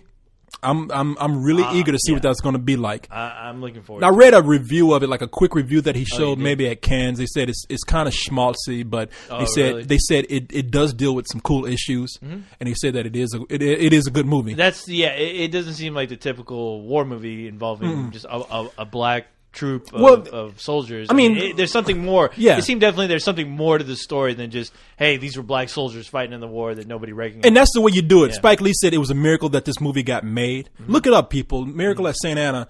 He said there's a lot of blood in this movie because it's a war film. Yeah. And he said, but it also deals with issues. And this is where I give Spike Lee credit. Look, this whole thing with Clint Eastwood, I'm like, fuck that. Why you got to deal with? Why you got to start shit with Clint Eastwood? Clint Eastwood ain't done shit to nobody. You're creating bad press. I mean, it's bad. Yeah, it's going to get you some attention for a little while. But how much attention do you want? But you're having people choose sides, and is that what you really want? I mean, yeah, sit your ass down. Shit. Just make the goddamn movie. Yeah. Let it come out. Let the goddamn fucking with people. Well, these directors let their goddamn films speak for themselves. For crying out loud. Starting shit with people. Jesus, be your grown ass man. But I would tell you something though that Spike Lee does have a point. I mean, look, I'm not gonna lie to you because this is an important issue to me. One of the things that we've overlooked so much in World War II movies is that it was a hypocritical war on our side. I mean, we were sitting here as far as the black side. The black side, we're sitting here fighting the Nazis when black soldiers don't have rights here in America.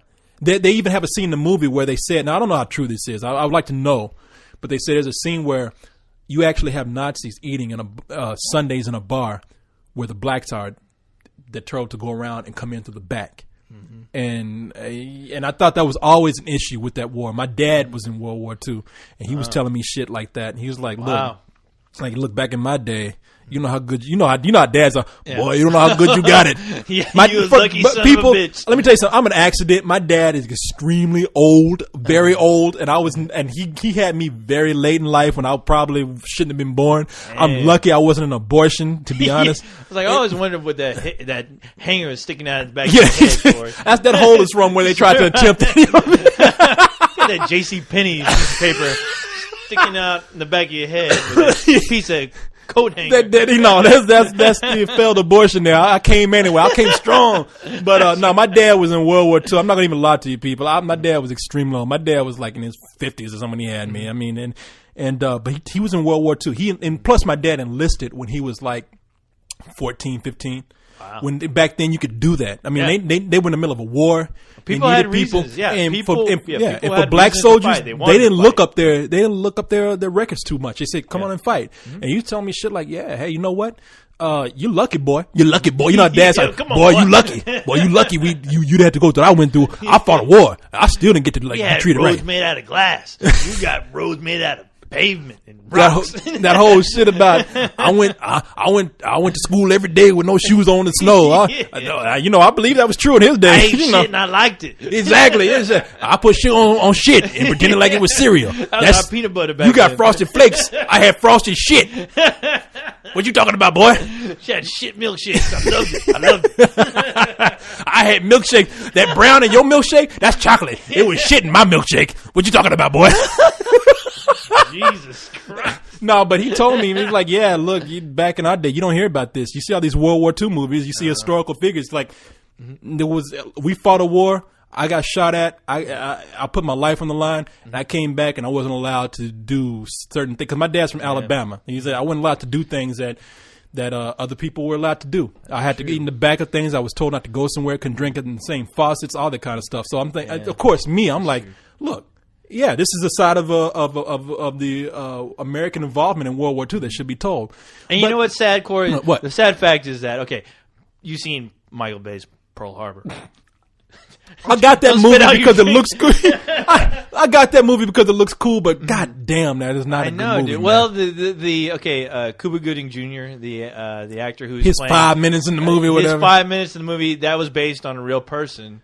Who actually, Doris Miller. Doris Miller, yes. Yeah. And he got on that gun turret and he did his best to fight off the enemy, the Japanese. And the sad fact is that, of course, it's a Hollywood movie, whatever it is.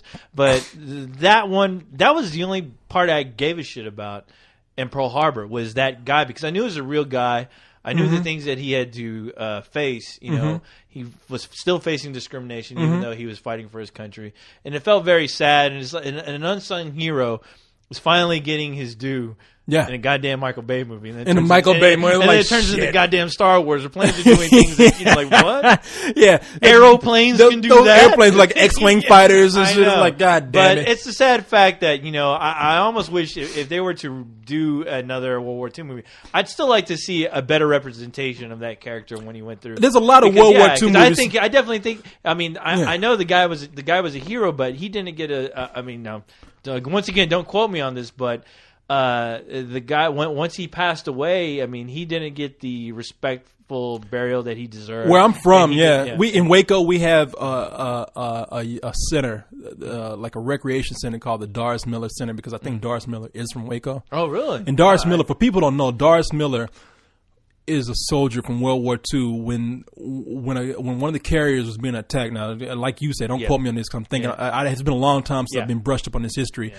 But when one of the carriers was being attacked, he actually took down some enemy Japanese planes by getting on a turret where a man was down. Because Doris Miller was a cook. He was a cook. He was a cook. And the thing is, I think his dream was to.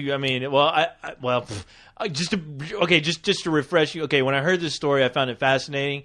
But when I saw the movie, I snuck in, and I snuck in right when the Japanese. How'd you sneak? Who put you in that coat? I won't tell you. Anyway, that was the only part I saw, but it was the most fascinating part of the movie. I thought, as far as his character, but at the same time, I was disappointed because. It was like an afterthought, his character in that movie. It was. He got 5 minutes in that movie. That's a character that deserves his own movie. And that could have been his own goddamn movie. Yes, you're right. But go on with that's all I had to say, man. It's like he's a cook. He gunned down some enemy planes, some Japanese planes. A true unsung hero. And what he get? He gets a fucking recreation center in Waco, Texas. Here's his hero. His name is cafeteria. You can play basketball in your center right here. Too bad, man. But this is why I really like seeing this new age because even Spike Lee has come out. The guy who everybody thinks is like, he thinks that race is not in it. He makes too much of a big deal about it. Yeah. He says, look, Obama's running right now. Race has really come along a long ways in the last few years. He's like, if you look at just over the past 10 years, he said it's come a long way. America's more tolerant, and we should just keep along that path. We want change. Yes, change is coming. Even though change won't matter once the machines take over, Corey. We'll let all you humans have your day. Well, thank you. I'm glad you know my time is limited. I appreciate life that much more. Every minute is precious, co-host, knowing that one day you will conquer me and make me your slave. Because you know what? Robots don't see color, Corey. Oh, you see color. Well, we do sometimes. It's all infrared green, so it's all like night vision green. So anyway, so I'm really looking forward to fuck this thing about him and Clint Eastwood. That was bullshit from the beginning. But I am looking forward to this movie. Yeah. So and I don't think you need to ever start shit with Spike Lee to push that movie, because I think the movie's going to speak for itself. That's right. All right. So we'll all be celebrating with a big old bucket of chicken. There you go. Yeah. All right. So anyway, let's go ahead and move on to some email. Email time. Okay, now let's see. I got some good email here. Better be, Corey. Okay. Don't waste my time. I got a good email here from Ito. Ito. Judge Ito. Ito. Yeah, it might be Judge Ito. I hope so. Dear real deal, I have a question. In case any of us get in trouble, especially me, looking at them. Exactly, looking at those underage pictures online. They're not underage. She's 18. I hope so, for my sake. The internet don't lie, Corey.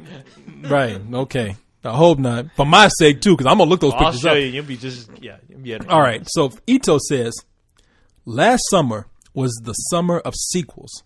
This summer was the summer of, and when he says last summer, I'm like, we're in fall right now. He's talking about 2007. 2007, 2008. 2007 was the summer of sequels. 2008 is the summer of superhero movies. We're not in fall yet. Are we? Yeah, we're officially Oscar season now, I think. Yeah. Well, as far as movies go. Movies, okay. Yeah. Not months. Not actually the seasons. No, okay. But movie season, we're entering. What the hell is Hollywood doing? They're trying to change the season. Yeah, they're trying to change the season. They think they got that much power. Like Hollywood's telling Mother Nature what to do now. Exactly. And we'll give $1 million if you change fall just a little bit earlier. Wait, it's August. Yeah, exactly. No, we're in September. So, no, it is September. I'm sorry. Look at you. You're wrong. Damn these sparks. Sparks got you making sparks. So this is the summer of the superhero. But what is next summer going to be? And that is 2009. Summer of shit. Actually, you know what? No, it's good. You know what? You're kind of right. I mean, there are some shitty movies coming out. Yeah. But I can tell you this much. A lot of people have wondered, okay, with so many superhero movies coming out, everybody takes everything for face value. What's happening now? So they're thinking superhero movies were big. How long is it going to keep up? Next summer, we're going to have more superhero movies. Well, you might be surprised. I went back and did a little bit of research here. Oh no! Oh yes, I looked up some research. Okay, let's look at some movies that are coming out. Let's do it in 2009 for the summer. 2009 summer. All right. Not the. I'm paying attention. Okay, not the winter. Okay, so we have a lot of sequels. We have Terminator Salvation, Angels and Demons. I'm assuming that's a sequel to. It is. Okay, you know which movie. What was it called? The Da Vinci Code. Da Vinci Code. Yeah, Angels and Demons. Night at the prequel, actually, Corey. Prequel. It is? Yeah. Okay, but came out which is a sequel in its own way. Yeah. It's in a series. Whatever you say. We have Night at the Museum, Battle at the Smithsonian, which is, of course, a sequel to Night at the Museum. Wow. And then we have Fast and Furious, which is a sequel to These Fast and the Furious. Tokyo Drift. Well, I guess it's the fourth in the series. It's the fourth, yeah. It's after Tokyo Drift. We have Transformers, Revenge of the Fallen, Ice Age 3, Dawn of the Dinosaurs, Harry Potter, the big one, Harry Potter and the Half-Blood Prince. The one everyone's waiting for. That was supposed to actually be released in the spring, but I know. Or maybe it was even in the fall, but they think so. Yeah, they pushed it. November, I think. Probably November, but they pushed it to the summer. Right. And then we have Final Destination 4. That's the one I'm waiting for, Corey. There you go. That's the big money maker right there, You know what? brother. I've never seen one Final Destination movie, and I want to see them. What? Not one. Are you serious? I'm serious. I haven't seen one. Okay, dude. Number 2 is the best. Really? 2 is by far the best. Yeah, 2 won me over. I saw 1, I was like, nah. 2, goddamn, that movie kicks ass. Really? I don't care. That movie has the best opening scene of any horror film. Isn't that one? Well, I won't go that far. It has like there's a car wreck involved. There's a huge and it's just a chain reaction. That shit will happen. Yeah. Well, here's the man. It's on a wet road. All kinds. You see a dumbass hauling ass on a motorcycle in front of an 18-wheeler. You're like, oh no. Oh yeah, it's on now. When the shit hits the fan, oh boy, does it hit the goddamn fan. Well, man, let me tell you something. Every time there's been a Final Destination movie, I've been somewhere else. There's been another screening. Really? Yeah. Wow. I'm thinking if I see a Final Destination movie, I'm gonna die. Dude. So I'm kind of scared to watch them. You should. Part 2 though. Part 2 is good. Blast. Okay, so those are the sequels we have coming out in 2009. Now there's also properties, movies that have been taken from existing books, which Harry Potter was a part of. Yeah. But I'd put it in there as sequels. But there's also stuff that's been taken from pre-existing things such as books and whatever, and video games. Yeah, and our TV shows. TV shows. Yeah. And so we have Star Trek, the J.J. Abrams. That's right. We have the A-Team coming to the big screen. Yeah, you know what? I haven't heard. I did like a few blogs about that, but I haven't heard. anything either. Give it time. There's still plenty of time for that to come up. We have the Hannah Montana movie. Something I know you're looking forward to. You gonna watch that? No. You gonna watch High School Musical 2 and then go see Hannah Montana? Hey, that's different. Again, a property is Harry Potter and the Half-Blood Prince and G.I. Joe: The Rise of Cobra. G.I. Joe. Cobra! Don't know you want to see my movie. I know. So those are the properties that we have. Now we have remakes also.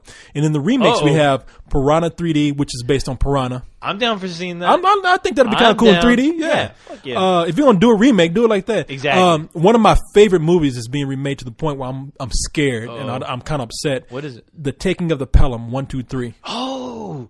They're doing a remake of that. Oh, okay, kids.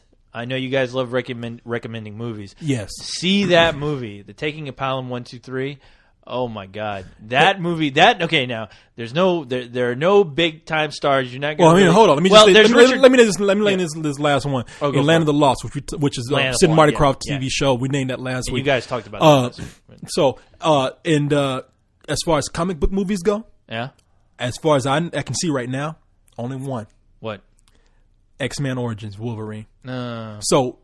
Yeah, don't think that this comic book thing is a big trend because we're not having any comic book movies coming out. Well, until 2010, which that's the thing. That's the year. Keep in mind that after something is successful, it takes a couple of years to make a film. Oh yeah, and to actually fall into a good release date. Mm-hmm. So that's why you're not seeing comic book movies right now because we're going through a break. They're making the new ones right now. They're making all the shit right now. Now in 2010, expect that to probably be the big comic book movie summer, and that's going to be all on Marvel's hands too. Yeah. So.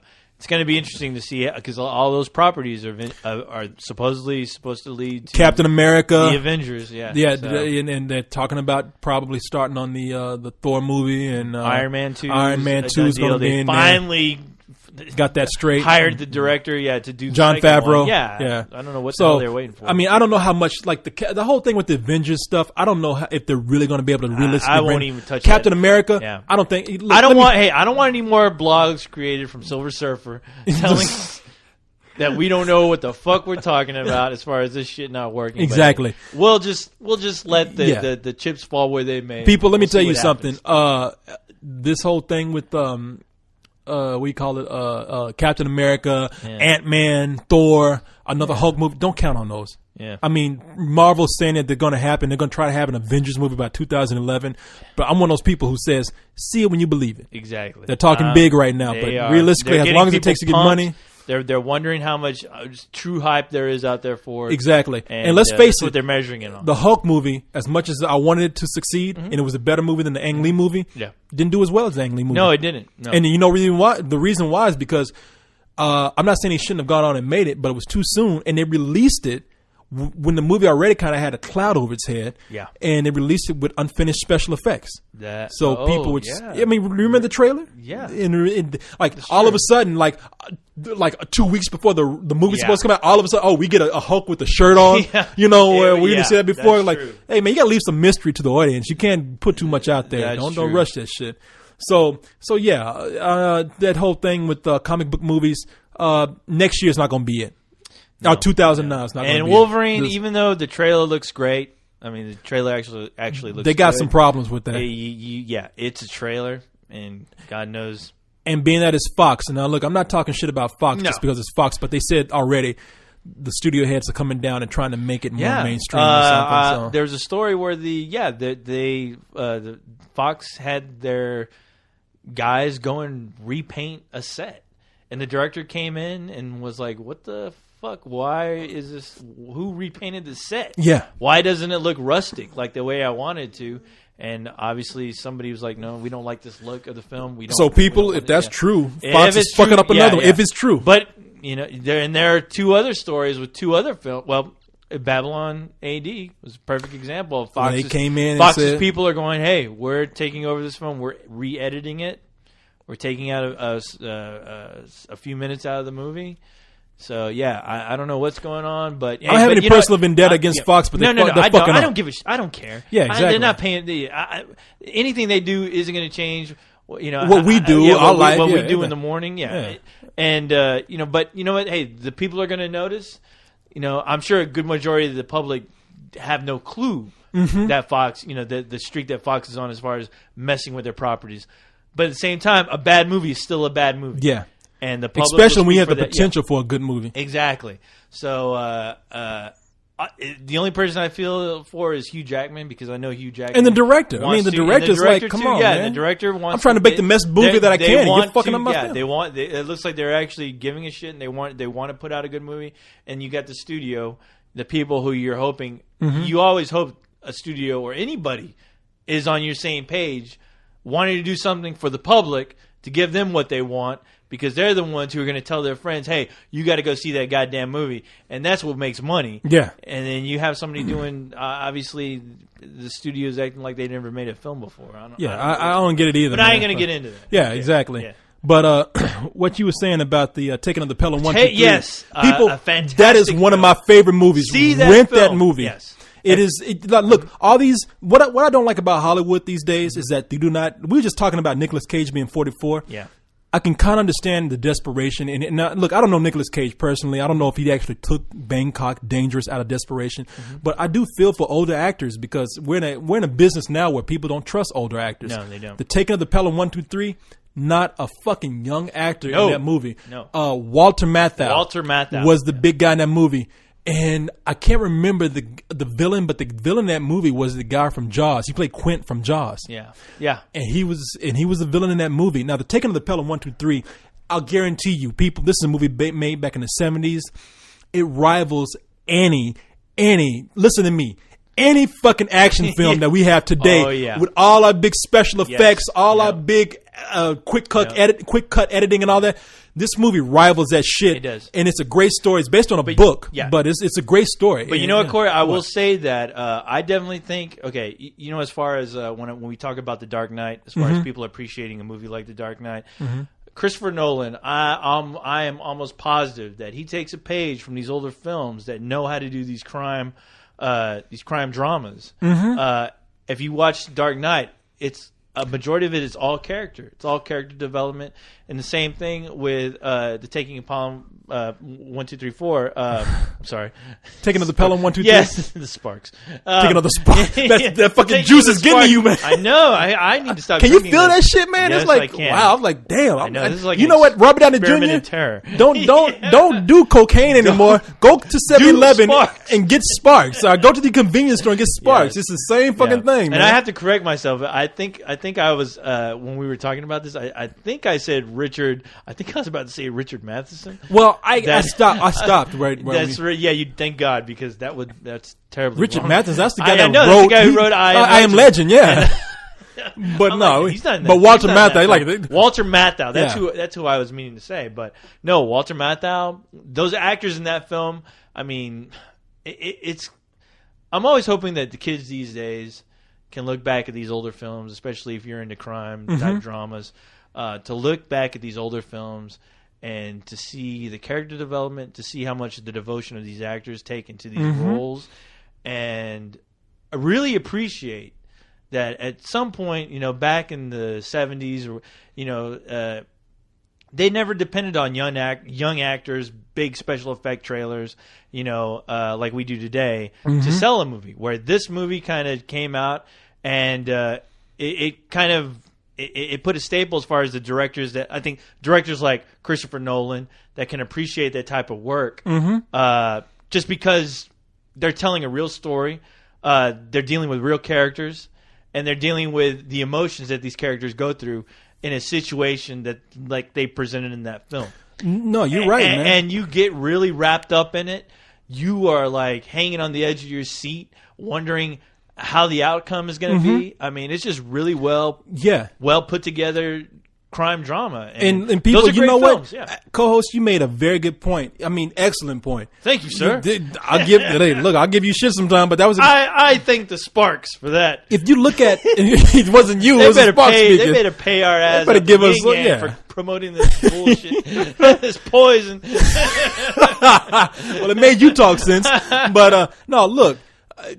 Seriously, and this doesn't just go to kids. This goes to anybody. Yes. Listen, if you look at The Dark Knight, the reason why that movie works, if you notice, look at Batman Begins, and then go back and look at The Dark Knight Returns. If you notice, they scaled back. They didn't just they went up in certain things, but they scaled back as far as. Do you remember the look of the city? Yeah, that was Tim Burton shit in Batman. What is Batman, it? The first Batman Begins. Yeah. It was all elaborate, big. Now, if you notice in The Dark Knight, they took all that shit out. Okay. Now I will say this: I just saw Batman Begins, and there's a little bit. I think the Narrows, which was the city. It's the Narrows. It's the slums where Gordon was living. Yeah, and where that's the majority of the movie takes place there. But yeah, when you see The Dark Knight, they're like, I love the film, so I do my research on it. And they said, hey, pardon me. And they say, hey, look, you know what? This is definitely set in the real world. This is what we want. Why not just put it in the real world instead of trying to create sets that look like they're in the real world? There are already sets out there. Let's recreate. And you're right. And the thing is, it feels very real. It feels very like, hey, I've been here. I've seen this. And I don't know what it is it does to your brain that you just register it in as like, notice, this should be a lesson to people. The Taking of the Pelham 1, 2, 3, it doesn't work because it has the hottest young actor in there. No, it doesn't work because they got big special effects. Yeah. That movie is very real world, and people really rent this movie. We're telling you, this is a great action movie. It is character driven. Yeah. Even the extras are people that and they seem real on the subway. Yeah, they are very real. Look for the black dude that's like when they're walking down, the people that they're escorting out the subway. There's one guy. I'm gonna sue him. I'm gonna sue the ass off of him. And I was like, you remember that scene? I was like, that guy was real. Yeah, I mean, and you know what? It's but funny see, that's because the movie has a lot of humor into it too, because these people seem real. And a lot of the actors that you can just say, oh, those are extras. Mm-hmm.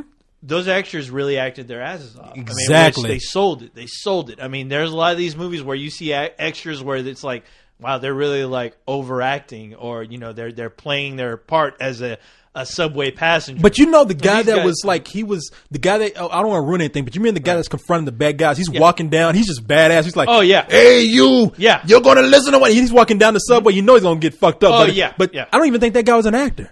Oh no, and that guy and that's the funny thing. A lot of the times, especially back in the 70s, the late 70s, a lot of these actors, they weren't actors. They were people that either the director or somebody just saw off the street and said, "Hey, you got to look." Yeah. Have you ever acted before? No. All right. Well, you know what? We have a director that'll help you with that. Yeah. Come on in. We need your realism. And they made those guys. Okay. And that's the sign of a great director who can bring in a person and say, "You're real. I need your realism in this movie." Perfect example.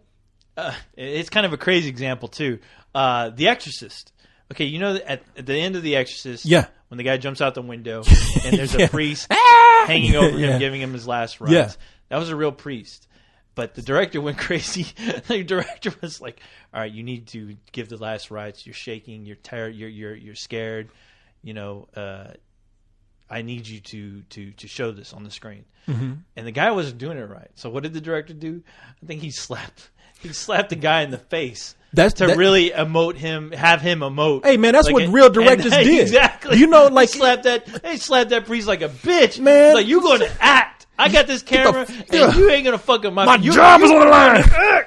Man, that's how directors did it back then. None of this shit where they coming in scared to. They got a coddle to the actors. Yeah. You know what? Fucking Martin Scorsese. Yep. He told Joe Pesci, he's like, No, he told Robert De Niro, he's like, man, Joe Pesci, in Raging Bull. Yeah.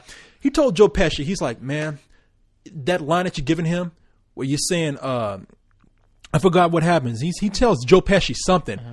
And Joe Pesci is supposed to respond with, what? Oh, it's the scene where he tells him, hey, are you fucking my wife? That's it. I'm fucking. You fucking my wife? That's it. Yeah. And he's like, and Joe Pesci wasn't giving him what he wanted. And he's like, I don't know what to do with this guy. Yeah. And you know what, Robert De Niro said, hey man, you know what? Leave it up to me. I'll get this. And so he's like, and so I think he said something. Now this isn't the exact quote, but he said, I think he asked Joe Pesci, he said, when they were supposed to film, he's like, to get the reaction out of him, he said, so what? Do you fuck your mother? And Joe Pesci was like, what? And he's like, perfect. You know what I mean? Directors, that's how they get shot done. Back then. There wasn't this playing nice, bullshit. And going, hey, here's a star. I'm a slave to him or whatever he turns my film into. Yeah. Man. See, and that's when you can see that in Taking of the Pelham 1, 2, 3. Which is why I'm looking at this movie. And I'm like, oh fuck, man, this is not going to be the same film. No matter what they do, it's not going to be the same film. And even if it is great, it's going to be. Let's just say it's great. Yeah. But it's going to be a different kind of great. It's not going to be the same. And people, let me tell you something. It says something that. Right now, we're in a business where directors are thinking a certain way. Look, we're not directors. We're not doing shit. Okay, we're not in the Hollywood system. But let me tell you something. A lot of these directors are thinking the bigger budget, the more spectacle, the better. Or the more CG, the better. Or we need these actors in here who have a big show on the CW or something like that. And if you look at something like the Take 'Em to Pelham 1, 2, 3, we can do that same shit today if we're in that frame of mind. And looking at the Dark Knight. You're looking at, they scale back on that whole fantasy cityscape, and you don't need that. No, you don't. Do you know why the Dark Knight worked? Because character. The characters are fascinating enough. There is a reason why they've lasted this long. Yeah. And somebody recognized that and took that to the point where they're like, you know what? I want to know why these characters work. I want to know what makes them tick. I want to know what's the appeal of them. Yeah. And somebody got it right. Somebody put As a matter of fact, and it worked. Yeah. I would challenge you. Now, you're not going to find a direct comparison between the two, but I challenge you to go and look at the Taking of the Pelham 1, 2, 3, and then look at something like The Dark Knight. And don't just, they're going to be two different movies because they're made at two different times. It's two different times, yeah. But go in and look at some of the character development in that movie. Look at the story development, and even look at some of the settings. And I guarantee you, there are certain times when The Dark Knight films like it feels like a 70s movie. It does, and I think that's why it's resonated so well. Yeah, because you think about the movie going public. I guarantee you, I know a lot of the older generation that. I'm like, wow, that was a great movie. Co-host, I don't know how long we were going, but the computer just stopped. You stopped recording. Going on for 18 hours. It's a marathon. So I don't know where it ended, but I'll fix it. But anyway, we're kicking back in. We're near the end of the show, near the last part of it. We went through a whole last email when I looked up and realized, shit, we weren't recording. So I'm gonna I have to go back and read this again. Okay. But here's our last email for the show. Read it, Corey. Okay. And this comes from Kessler. Now, as I explained before, just work with me here because I already said it, but let's just pretend like it didn't happen. So Kessler, he starts by saying, "Oh, hey man, I know you're well, no, not that. God damn it, where is this shit?" We've been drinking all night, so now we've moved on from Sparks to wine. Like, we just can't leave it alone. It's like Sparks should be enough. We should just stop at this point. But after this, it'll be rubbing alcohol. Kids, do not drink until you're old enough to do so. It's like we'll be drinking the vanilla extract from the cabinet back here. So let's see what we got here. It's from a guy who says, warning, my English suck. So yeah, it be sucky. Yeah, his English be sucky. Our English be sucky too. Yeah, exactly. We be sit up here trying to talk. We be like, I'll be talking about the Batman. I ain't, I sees. I tells you about Irons Man. But no. So okay, we got that. It's okay. I think I would take for granted that he's from another country. So, thank God. Hey, thank God. Exactly, because out of towners. Because when he wrote this email, I'd be like, God damn, the educational system here is fucked up if he's talking like this. But where's he from? This is Kessler, and I don't know where he's from. Let me read the email. Kessler says, I won a couple of awards in my country, Anyway, a couple of days ago, I got an email from an independent producer in Los Angeles. Now, what he wanted an award for was for a script he wrote. Wow. He explains that earlier in the email, in the part that we need to read. And he says, this guy is in Los Angeles. And he said that he wants me to write a story for him. He saw my stories in a web. I'm assuming that he means on the internet. On the internet, yeah. And asked me if the stories that I have are copyrighted. I think he's trying to steal my stories, but I'm not sure. Uh-oh. What should I do, man? You know about films and all that. You can help me. Please. Now, that's his language. Please. And let's see what he says. He says, what should I do? Thanks for your time, Corey. Bye. Greetings from Guatemala. And that's from Kessler. So he's from Guatemala. Oh, shit. That's what Batman's going to rule. Batman's going to own Guatemala soon, so you won't be owning shit. Yeah, you ain't got to worry about anything. All right. I'll tell this guy, hey, tell that guy all my shit is copyrighted. Tell him I got copyright stamped on the goddamn script, all right? Copyright. I own it all. Yeah. In fact, tell him that Batman will come after you if you try to fuck with my shit. No, I left some of this email out. And in this email, let me see what I left out.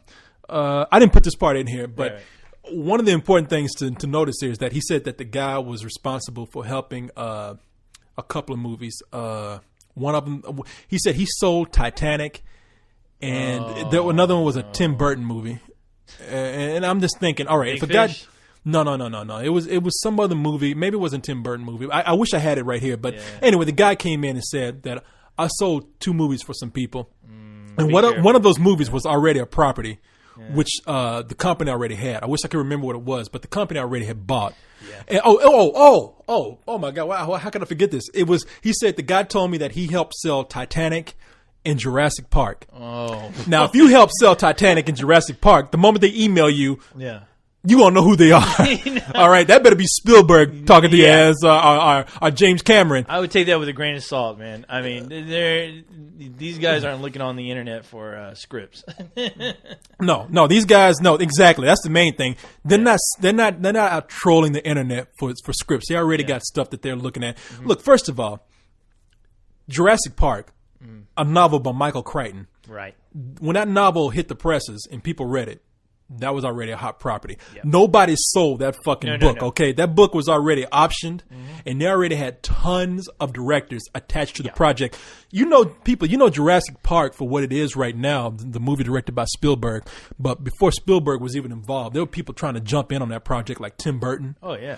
I forgot somebody else was trying to get in on it. There was a lot of people trying to get on Jurassic Park. So that script... Any hot book coming out, any hot book coming out, as soon as it hits number 1, whatever. I don't know how that works, but you can guarantee plenty of people are jumping, plenty of studios are jumping all over that already just to make it into a film. Yeah. And these films, they take years to develop. I mean, they take years to develop. Yeah. And it's just how things are. Yeah, exactly, co-host. And let me, man, look, you think anybody had to sell Harry Potter? No, the fucking book sells for itself. Yes. So that's strike number 1 right there. Mm-hmm. Number 2, Titanic.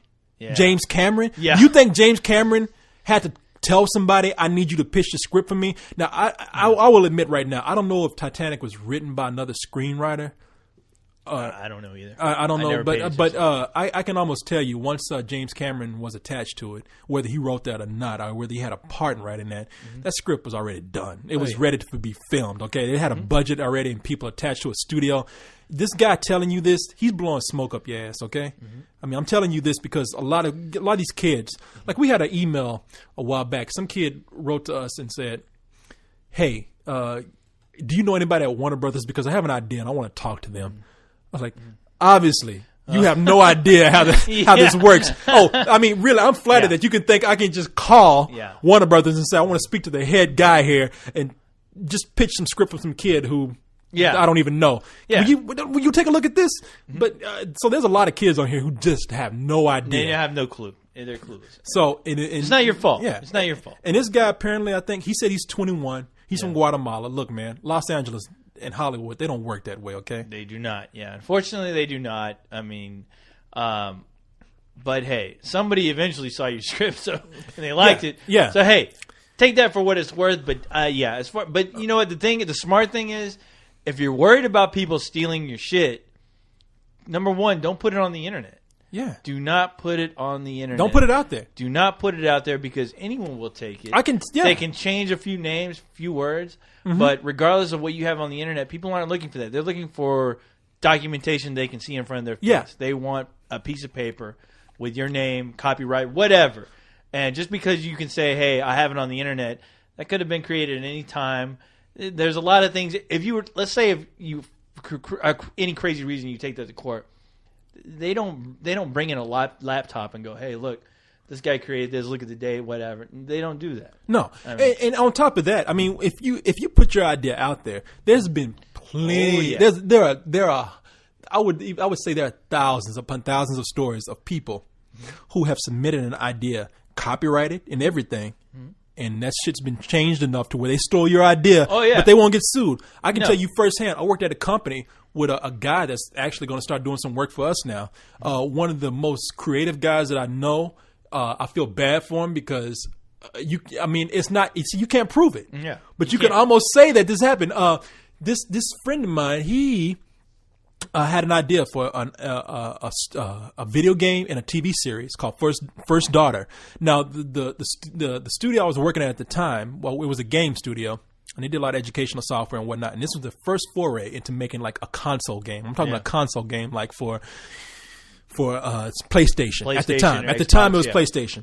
So, First Daughter was about a girl who was a spy, and her dad was president, but he didn't know that his daughter was going out and solving all kind of crimes and espionage and stuff like that. A detective, sort of a detective, yes. Yeah. So one of the people that was interested in this property was Disney. Oh, now he submitted it to Disney. Went and did meetings with Disney, sat down and talked to people face to face. After a while, never heard back from him. Nothing happened with that. Oh, boy. Now, what happened? I would say a few months later, maybe a year later. Nancy Drew was created? No, Kim Possible. Oh, are you serious? Yeah. Wow. Yeah. Now, it can't be proven that script had anything to do with Kim Possible being made, but there were a lot of similarities. Oh yeah, and it's kind of it happens. It happens. Hey, think about all those movies like Armageddon and the other with Morgan Freeman as the president. Yeah. God damn, what was that called? Yeah, I can't remember what it was called either. It was so memorable.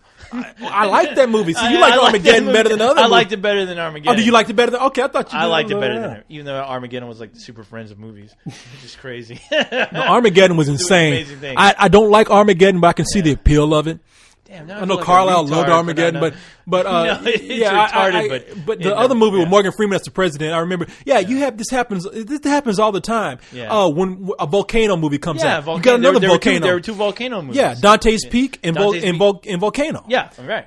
And then you had this movie Armageddon, and then you had the other one. Jesus Christ, I wish I could remember that. It's an easy name. You're going to correct us. So we know that. Come on. Yeah, we're all fucked up right now. But this happens all the time. Projects get made on the similarity of another project. Yeah. So basically, my man, what I'm trying to tell you is that even if you say your material is copyrighted, somebody could take it. But the fact that this guy even asked you, that's sort of good. And it should be a lesson as to not put your stuff out there like that. Do not do that. Yeah. And let me tell you something. This particular guy right here, ask him what his credentials are. Ask him if you can find some information about him on the internet. And that way you can see what he's attached to. You can research shit if people really want you to. It's really easy. Somebody telling you that he was responsible for Jurassic Park. Look his ass up on IMDb. Yeah. It's that easy, man. It is that easy. Look him up on IMDb. His name will be there. And if it's not, don't trust his ass. If you sold Jurassic Park, you would be listed as a producer. You were going to be listed as something, yeah. And if you don't see it, quit talking to this guy. And be internet smart, please. Yeah. And really, if they were that interested in you, you know what they do in Hollywood?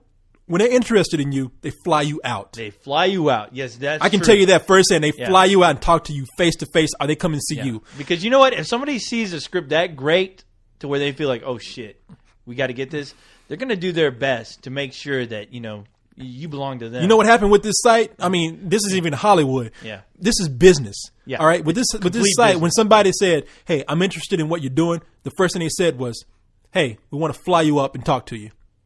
People do that. They don't talk to you over the internet. Yeah. They don't talk business over the internet. No. And if this guy's asking questions, are you copyrighted? That's already he's sizing you up, man. Yeah. So, fuck that. No, Be smart. Be smart about it. Look him up. See if he's legit. Maybe there's some screwy business going on with this guy. I say it's worth looking into, but I can almost guarantee you're getting ripped, man. This guy has nothing to do with Titanic. There are plenty of con artists. Hey, I've known people that have been conned. They have the wildest stories. They hang out with so and so actor. They've hung out with so and so director. They've been on this set. They make things happen. Spend money. Hey, give me money in order to make you money. You gotta be careful, man. Those guys, they're a dime a dozen, and they're out there looking for people like you, who are hoping that they'll get something out of you, as far as giving you a realization of hope. Exactly. No, they're not going to just string you along. They're going to and they will. No, let me change that. They will string you along, but they won't do this all over the internet. I have a friend of mine who actually won a screenwriting contest, and one of the people that was interested in the movie was a woman who helped produce. What was that movie with Tom Cruise and Jamie Foxx? Collateral. Yeah, she was one of the producers. Wow. She was one of the producers on Collateral. This guy. Okay, just to show you how it works. This guy didn't get a call. He didn't get some emails over the internet. He got flown out a couple of times to hang out with this person, and it didn't even happen. Wow. And they kind of strung him along, saying, "Yeah, we're thinking about it." And that's what they'll do in Hollywood. They'll tell you that there's a possibility of making it, but if they have any serious intention of doing it, they will coddle you a little bit. They will bring you out, have dinner, talk to you, and then you'll either hear from them or you won't. Yeah. But all this internet correspondence shit, fuck that, man. I would say just do a little research and expect to be screwed.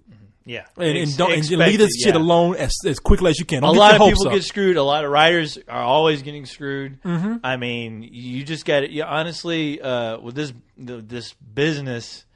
I mean, people don't get rich by being honest. All right, you got to think about that. Yeah, and they prey on people. The internet is one of the easiest things today to prey on people with. Oh yeah, it is so easy. And man, let me tell you something. I can tell you how this guy feels right now. This guy Kessler, he's asking us, hoping that we're going to give him the answer that he wants to hear. Yeah. He's hoping that we're going to say, "Really? Well, somebody in Los Angeles is interested in you? Right? Oh man, this guy's great. Jump on this. This is a great opportunity." No, man, it's going to be the opposite. It is. And the thing is, I mean, like I said, number one, don't put your material. If you're worried about people stealing your shit, don't have it on the internet, man. I mean, there are ways. Even copyrighted, don't do it. Yeah, you just don't do that, and do your research. Honestly, you have the guy's name if it's a legitimate person. If it's a legitimate name, look him up. Do your own research. Call some people. Hey. Call some. Well, not that that's gonna help. There's who's this guy gonna call? Come on, what's call? This guy's in Guatemala. What the fuck is he gonna call? Do they have phones in Guatemala? We gonna call Batman? Are they talking to Vine? Are they sending out smoke signals, Corey? I like call somebody. Who the fuck is he gonna call? Once Batman takes over that country, don't worry. Dude, just Mr. Fox will come in with all his technology. Hey, look, I'm a little drunk right now, but listen, as much as this guy's trying to probably con you over the internet, I don't know this guy. Maybe he's not. As much as he probably is trying to con you, the internet is in your favor too. It is. And like I said, the internet allows you to do research. And if you can't find anything on this guy, if you are involved with Jurassic Park and Titanic, you better have a website dedicated to your ass. I mean, you better at least appear on IMDb. Yeah. Hey, there are plenty of highest grossing movie of all time. Exactly. I know. This guy what's the WB the Warner Brothers producer, he produced Matrix. What's the guy? Joe Silver? Joe Silver. Yeah. That guy is like a titan of producers. You know that guy's fucking. I mean, even if you've never seen him, you know his name. You've heard his name. Yeah. I mean, this guy should be as big as him. Yeah. Unless you sold Jurassic Park and Titanic. Yeah. Unless he's just incredibly modest. The people like that don't exist. And if if your name is like Schlecky Emmelstein, I mean, you don't know that name. The chances are, just be happy somebody recognizes your work. That's nice and all, but you know what? Be smart about it. Do your research, kid. Do your research. And hey, maybe someday, we'll see your name on the big credits on the big screen. All right. But not now, because what's going to happen not right to you? now, because you got to be careful, man. This guy, this guy might want just a piece of ass. Who knows? You never know. Yeah, this guy might be a child molester. Exactly. He might tell me 21 years old. He might think he has a. Be smart. Yeah, you might be working as a cabana boy at his pool. Once we get huge, maybe we'll buy you. Hey, yeah, we'll be legitimate. Yeah, you know the names of Corey and co-host after this. You can trust us. Yes. We'll give you $5 for your script. We'll be Lionsgate Jr. we'll be Cougar Gate. We'll have Monday midnight screenings of all our films. Well, we'll open up our movies on Monday midnight screenings. Yeah. All our films are shot on DV. Yeah. Cheap for us, cheap for you. Yeah, exactly. We'll give out coupons. Hey, you know what? Here's what we do. We'll buy your script for $5. We'll make the movie for $10. Me and co-host, we'll play all the roles. Yeah. We'll send a taxi to grab your ass. We'll have a meeting with you. Yeah, we'll give you a meal voucher when you get on the plane to come to Texas. So, all right, man. You know what? I have one more email here. One more. Yeah. Do you want to leave or do you want to read one more? Let's read one more. All right. Why not? Okay. This will be right up your alley too. All right. I know we're going long, people. We're having a good time. Fuck you if you ain't having a good time with us. Turn it off. Turn it off shit. We're having a great time. Do everyone a favor. Turn it off. Okay. So, this is a guy. Yeah. Who, I mean, look, I'm not going to read this whole thing from this dude. This is, did I even take this email? Oh. Read it, Corey. Maybe I didn't. It's from Z Gamer. Yeah. Z Gamer. Look, this dude wrote me a goddamn novel to ask one question. Wow. Do you think video game movies will ever be respected? I mean, he wrote me 5. I'm not lying. He wrote me 5. Did he give you examples of movies that he were did. Great? He like Halo 3 and all that kind of shit. He went in and at the end of it, at the end of like 5 pages, he said, my question is. Hey, Corey, I salute him. I mean, and I told him, I said, look, man, he says, because I wrote him back and I said, damn, that was a long email. And he said, sorry. I was like, hey, look, man, you write as long as you want to. I may not read it all. We responded, goddammit. Yeah, at least we responded. At least we responded. Like I said, Corey, I salute him. Exactly. At least you can write. You know, you're prolific. You put your heart into that email, goddammit. Yeah. And I respect that. Hey, but you know what, man? Look, it's just like comic book movies. Yeah. Comic books. Think how long comic books have been out. That's true. Yeah. Since I don't know. I'm trying to give history. I'm thinking about superhero comics. Yeah. We're talking about the 30s, man. Oh yeah.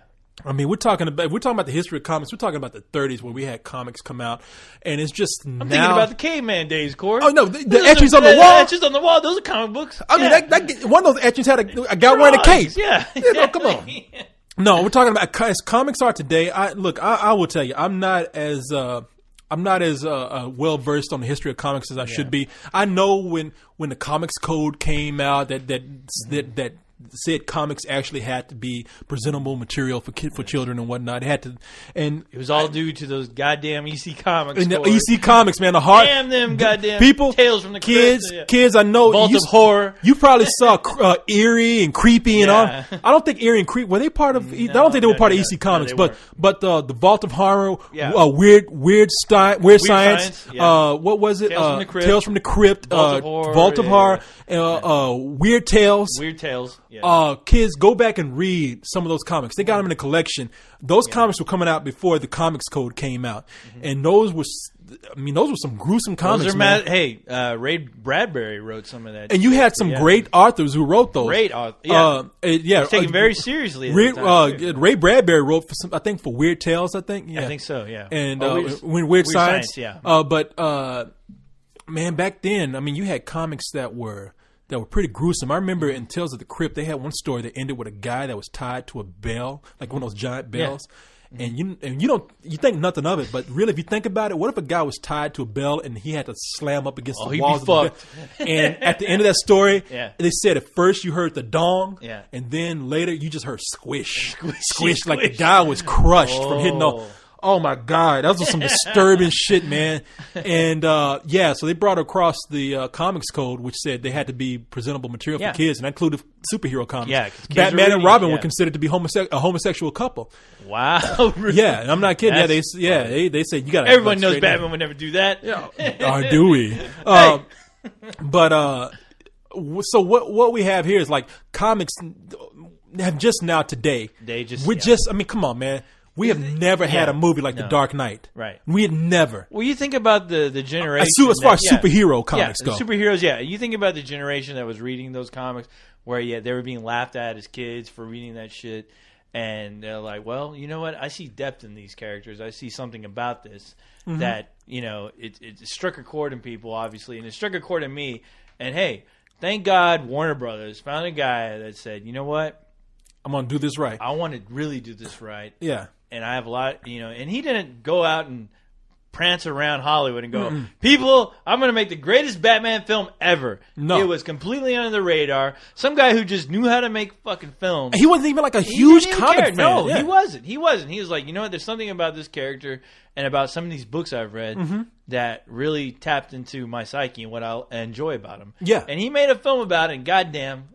And look how long. With the your horror comics from back in the day, from the 50s, they led up to some more mature stuff. Like we have Creepshow because of that. One of my favorite movies. Oh yes, we have Creepshow. We have the George Romero classic, a George Romero Stephen King classic. That movie is awesome. Film. Go. If you haven't seen that film, see it. Rent it this week or this weekend, and invite a bunch of friends. That movie still holds up. It's a party film. It is. Jesus Christ. I love that. That's one of my favorite movies, Creepshow. Oh, yeah. Fuck, goddamn.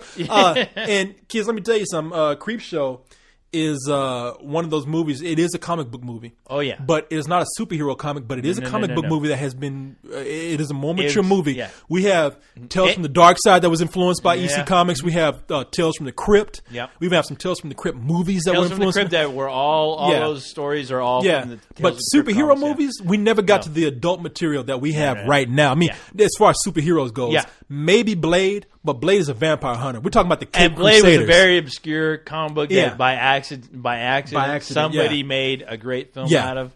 And it did lead the way. As Blade far as, I will give Blade complete credit.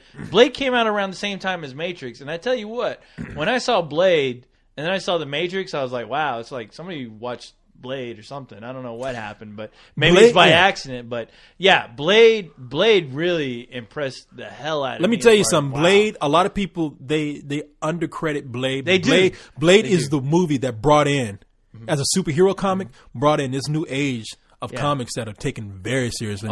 People say Batman, but Blade was like rated R. Oh yeah, Blade was rated R, and Blade was a Marvel. It was a Marvel superhero, and it made Tomb of Dracula is where he first premiered, and it made me pay attention to Marvel movies because now when I see that Marvel credit at the beginning, I always think about Blade and Punisher. I mean, let's not forget Punisher was started in Spider-Man. Yeah, like you got some hardcore characters who started in like some of your mainstream superhero comics or some of the offshoot of comics from Marvel and DC. Yeah.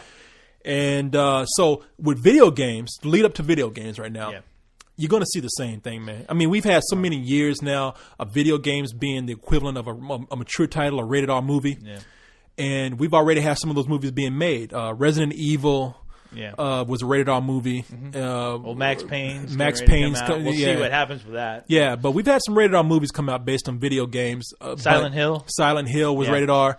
And Silent Hill is actually not bad as far as the mood. No, you know it's what? It's not a great movie. But as much as I'd like to say it's not a great movie, there are some moments on there. There's some moments in that film that are genuinely kind of creepy. Yeah. And let me tell you honestly, I like to watch that movie again because there are some moments that, I just love the mood of that film. I'm a huge fan of the Silent Hill series.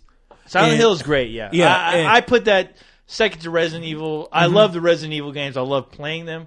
Actually, Corey, tonight, we're playing. We're going to play Resident Evil 4 after we're done. Resident Evil 4 on the Wii. On the Wii. With interactive. Projected through your eyeballs. That's right. But, man, something, the thing is with Resident Evil, that was a jump scare kind of movie. Yeah. Or even a video game. It was a jump scare and it was fun. Yeah. But Silent Hill, the first one, all the crude graphics and everything, that game fucked me up. It was genuinely creepy. And it had a really creepy soundtrack. I couldn't sleep at night sometimes thinking about that. And they did and that movie took some things from Silent Hill 2, the game, where they mimicked that game spot on, man. I still don't think it was a great movie, but you can see the progression. Look, basically what we're trying to say is that it took a long time for comic book movies to mature. It did. You have a whole different age of people coming up like me who grew up on video games, and I know the potential for them. They're not just kids things anymore. They're for adults too. And it's only a matter of time before you get a director like Christopher Nolan who comes in and says, you know something?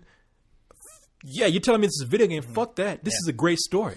Yeah. And I'm going to make a good movie. You want me to just turn this out quick? No. I'm going to make this a really great movie. Yeah. And I will tell you, it hasn't been done yet. It has not. No, it hasn't. And the thing is, whenever that happens, I almost guarantee you that director's not even going to come in trying to say, hey, I get this game. I feel this game. I know what this game's about, and I know how to put it on film. It's going to completely happen by accident. It's just going to be some guy we probably never even heard of going, hey, you know what? I want to turn this game into a film. Do you guys mind? I'm going to hire these actors, and I got this crew. I'm ready to do this. Yeah, that's the way it happens. Completely go under the radar, and then when it comes out, it's going to strike a chord in people, and boom, that movie's going to be. They're going to be saying this is the Batman Begins of goddamn arcade games or video game movies, period. Because it doesn't take somebody, you're right, it doesn't take somebody who knows the game. It doesn't take somebody who knows the comic book. It doesn't take somebody who knows the genre like an action film, like taking the Pelham 1, 2, 3. It takes somebody who says, I see the good story in this. I also see what the fans like. Yeah. Take somebody like Jon Favreau. He says, you know what? I need to know what the fans like. But at the same time, I'm not just going to go out and make a fan film because these fuckers don't even know what they want half the time. I have to reserve a little bit of myself in there to make a good film. Yeah. And that's what you're going to get with a video game movie. Yeah. And they'll know the balance. And it's going to happen. It's going to happen. Give it and time. Like I said, it's going to be under the radar. That guy's not – you're not even going to hear that guy in interviews going, this is what I knew. Exactly. He's just going to – I'm just making a movie.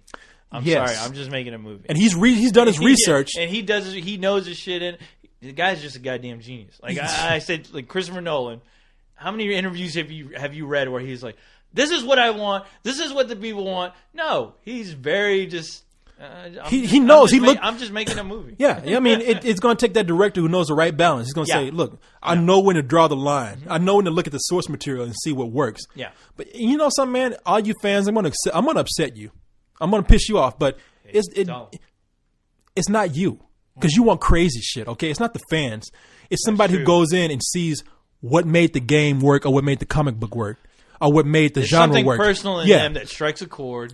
It's not the fans. And they feel, it's just when you feel like when you make something, when you create something, you're just doing it. Yeah. Because you have to. You have to do this. You're not doing it to please anyone. It's just it has to be done. Yeah. And that's what's going to happen. And that's exactly what's going to happen. Yeah.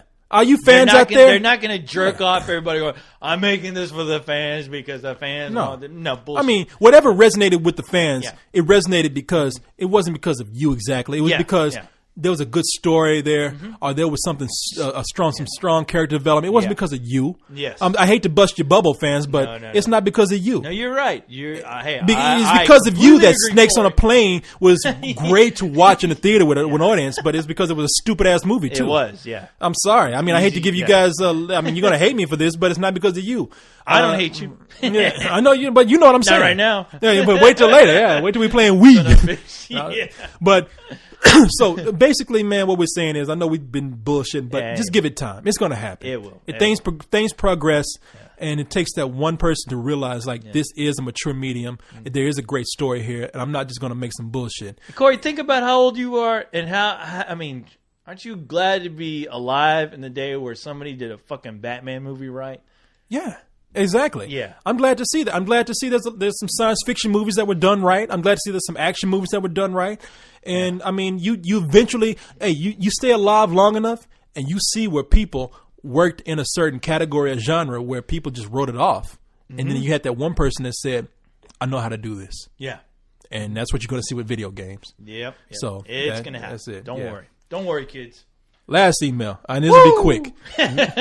What were some of your what are some of the worst animated movies you've seen? All of them. Oh yeah, including Spill.com. I'm still waiting for my Batman Begins of animated movies. The one that comes to mind right off the bat is 8 Crazy Nights. That was the most recent one that I saw. That was terrible. I never saw that. Wow. And that's from Hayden. Do you know of any bad animated movies that you've seen? Wow. I know there's some forgettable ones, but they're forgettable for a reason because I don't remember the names. Yeah, exactly. That's so crazy. There you go. Answer that real quick. So there you go, people. They're out there. Don't worry. There's plenty of them. Exactly. Just go look for any DVD box with some animation on it that you never even heard of. That was it. There's a lot of them out there, but we forgot them for a reason. Yeah. So anyway, but yeah, 8 Crazy Nights is one that I can remember being terrible. Golly. And that's the Adam Sandler movie. That's a great about the question Jewish holiday. because I'm actually stumped. Yeah, I know there's some that I've seen. There's a few, and they're mostly children's films. But yeah, they are. So anyway, we answered that real quick. All right, you know what? Let's go ahead and get out of here because I know we've gone on really long right now. No, hold on, Corey. What? Before, you remember that picture I told you about? What, from High School Musical 2? What's the chick's name? Vanessa Hudgens. Yeah, let me see. Hugginson? You found the pictures? Here you go. Are you ready? Here. Oh my! Look at that! God!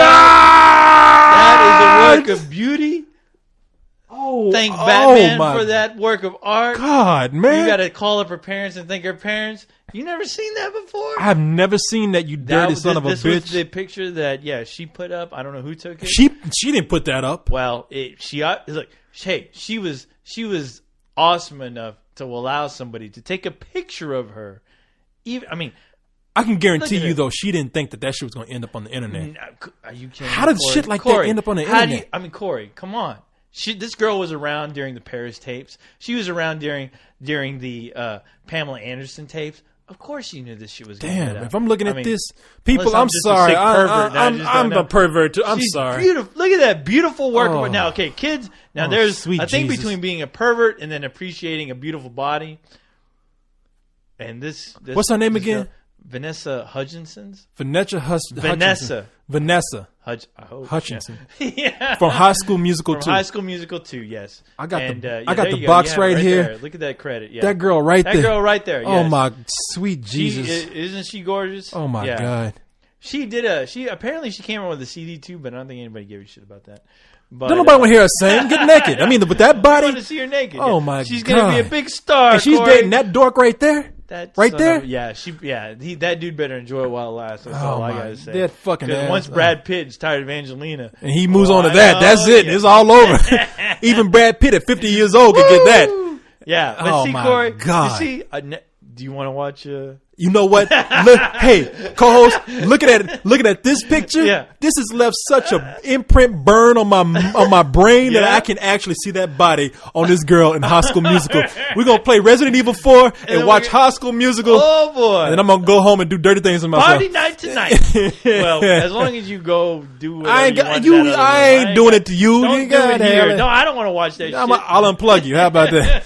Oh my God. Please. What's her name again so the people know? Vanessa Hutchinson.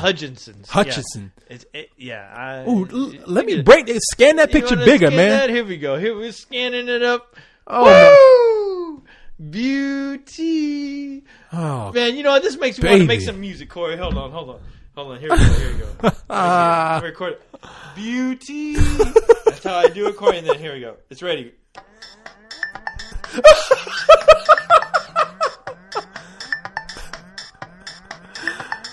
You know what? That just ruined any kind of fantasy I had about this girl. Come on, man. Oh, get her. All right, people. As Coles plays us out, this has been a couple of cold ones tonight. Yes. It's been fun. It's been fun. Hey, co-host, you got to come back next week, man. Corey, we'll think about it. I'll think about it. People, we did a long cold ones because we wanted to give you something just in case it was the last one. Yeah. So we just want to say thank you. Hey. Thanks for requesting another one. Yes, thank you. Hey, we're doing it for you guys because God knows that we all know people deserve more. Oh, get out of here.